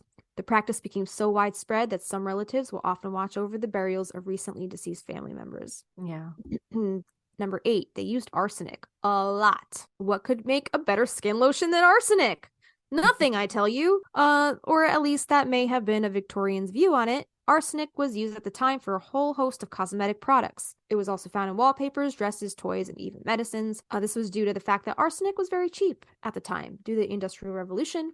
It's one of the most common elements in the Earth's crust, so the increased amount of mining that was taking place meant that it was becoming more easily available. It's not like the Victorians didn't know it was a poison either, as it was one of the most common poisons used for murder at the time. Luckily, though, in 1851, the Arsenic Act was passed, which regulated the sale of arsenic and products containing it. It wasn't an outright ban on such products, but it did help minimize the risk. Murder. Yeah, what was the name of that tea bitch? Oh, I don't remember. I don't remember. Remember her? She murdered people with the arsenic and blamed it on the wallpaper. Yes. Anyway, go back to our tea episode if you guys want to hear that. Tea bitch. 9. There's 2 more. Number 9. They had nipple piercings. Interesting. It said the Victorians had nipple piercings. Granted, this one it's not exactly weird, but it's just interesting. Of course, today nipple piercings aren't anything particularly out of the ordinary, but many would be surprised to discover that the well-to-do Victorian ladies were quite fond of them too. If you were suitably fashionable, you could have a or both nipples pierced. On piercing, a gold ring known as a bosom ring would be inserted. If you had both nipples pierced, then you could have 2 rings joined by a chain. Ugh. I'm uncomfortable. Yeah, that's weird. There were several jewelers offering this at the time, and that is theorized that it became popular because some women thought it would make their breasts rounder and more attractive. As other theories state, it could be that they enjoyed the sensation. Cupid's kettle drums, man. Cupid's kettle drums. There you go. And the last one, number 10, they believed in electrotherapy. So during the 19th century, electricity was starting to be harnessed more and more for everyday use. It also started to be used for medical practices. This was called electrotherapy. It was used to alleviate varying problems from muscle weakness to gout. The treatment literally meant people paying to be shocked by electricity in the problem area. This would, as you can imagine, leave burns and didn't really do anything to help. It's that dodgy science again. Dude, do you remember the scene in Secret Garden where they take the little hand crank thing and they put it on Colin's legs? Oh, and it like jitters his legs. It stimulates his like leg muscles. It didn't do anything, right? Didn't do shit because he was fine and he was being a little puss. But it was what's like the placebo effect or whatever? I don't remember too much about that movie, but was he faking the whole time, or was he really not able I think he was a preemie baby, so he was very weak, so that the house staff always like cared for him, and they always like said he was sick and had a crooked back, and like just like he stayed in bed, so of course his legs are atrophied, like he's not gonna be able to walk. So but they were trying to like keep him like healthy. Do you think that he just felt like he was sick because told he was sick? Yes. And when you're told something enough as a child, you believe it. Yeah. And mind power, like he manifested actually being sick because he just kept telling himself that that's what it was. Yeah. But then like the magic of the garden is what like brought him to his realization that, oh, look, I'm fine. Like, I'm fine. Right? Stop being what happened.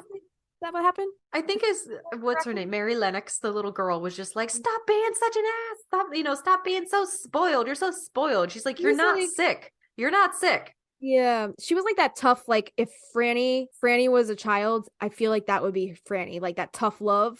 Mm-hmm. You know? Yeah, I agree. I agree. Yeah. Is there anything that has stood out to you today in our conversation that you're like, that was pretty cool? I can't think off the top of my head. We talked about so much. We talked about a lot, but I want to look at all the pictures of all like the types of the styles next to each other so I can make an informed decision about which one I like the best. Okay. Should we put a poll? That would be a fun poll. What do you guys like? What style do you like the best? Yeah, maybe should we make it a patron poll? Yeah, because that then we could put pictures in the post so they could see what each one is. Totally. Yeah. That was a hefty episode. Thank you guys. We hope you did not fall asleep, and let us know what you think about Victorian architecture, and also look out for tomorrow when we re-release the Owens house. So then it may paint a whole new perspective on what we discuss in that episode. So happy birthday to me and Queen Victoria, and to all the Apple listeners out there who didn't have this episode before. Yeah, enjoy the episode. And we have some socials, so check us out on Instagram at Magnolia Street Podcast. You can support the podcast on Patreon for as little as $1 a month. And for that, you get a Patreon shout out, and you have access to all of the patron only polls, which you could help us decide on what we're going to be talking about next. For $3, you get our show notes as well as our after hours posts. Kristina also creates these really beautiful monthly calendars so you can see all of the episodes coming out throughout the month. Is that a $1 or is that the $3? I think it's a $1. I think it's for everybody. All right. So you get those. And then for the $5, if you bump up to that tier, you get access to our Discord and our private Facebook community. So you get things like one Facebook Live a month, as well as one book club meeting a month, as well as getting access to the whole community and getting to interact with everybody else that's a resident of Magnolia Street now over on our private communities. So that's really fun. Did you get my invite today? I was thinking for our May live, instead of doing the live, we do a watch party. Okay. I didn't that'll get it. be Wait, where did you send that on? to your emails. All right. For May 28th. All right. I haven't checked my email yet, so I'll go look at that. All right. Yeah, Just a thought. Yeah. What do we want to watch? Is it going to be the Stevie Nicks thing? Yeah, I think we should do that one. All right, cool. And then what else we got? We got the $8 tier, which is all our extra audio visual content. So anything like bonus episodes or even the music that we feature in our song-episodes, we post MP3s up there, as well as lyric sheets and any kind of scratch demos or anything like that. We've also had meditations up there. When me and Kristina get like tarot readings, we put our, the insight from the people who've read us and put that up there. Any additional like uncut interview content that we couldn't put in the episode? Yeah, if you guys want in on that 4+ hour of content with Isis Chandler, that whole interview is uncut and up on the Patreon, so go check that out. So yeah, lots of a mishmash of content, audiovisual content, lots of goodies up there on the $8 tier, so go check that out. And for $15, if you guys sign up for our Marco Polo tier, you get to talk with us via Marco Polo app, on a daily basis. We send you little personalized messages and show you our gardens in real time. So yeah. that's pretty good stuff up there. So check it out. Leave us a review. Yeah. Write a review on Apple Podcasts. Leave us a star rating on Spotify. You can also review the individual episodes on Spotify and answer polls and questions within each episode. Yeah. And we have merch. We got merch. We're going to be adding Arbiter of Taste. Arbiter of Taste. It's getting added. Yeah. Yeah. And that is through our Teespring shop, and the link will be in our show notes. Yeah, and also we have all of our links in our Koji bio on our Instagram. So yeah, we're everywhere. We everywhere. I need to take a shower. I smell. I know. I'm going to. I think that's, if you need anything from us, Magnolia Street Podcast at gmail.com. I'm Kristina. I'm Justina. See you next time. Is that good? That was good. At that house down the street, at that house on Magnolia Street, would you go down to Magnolia Street with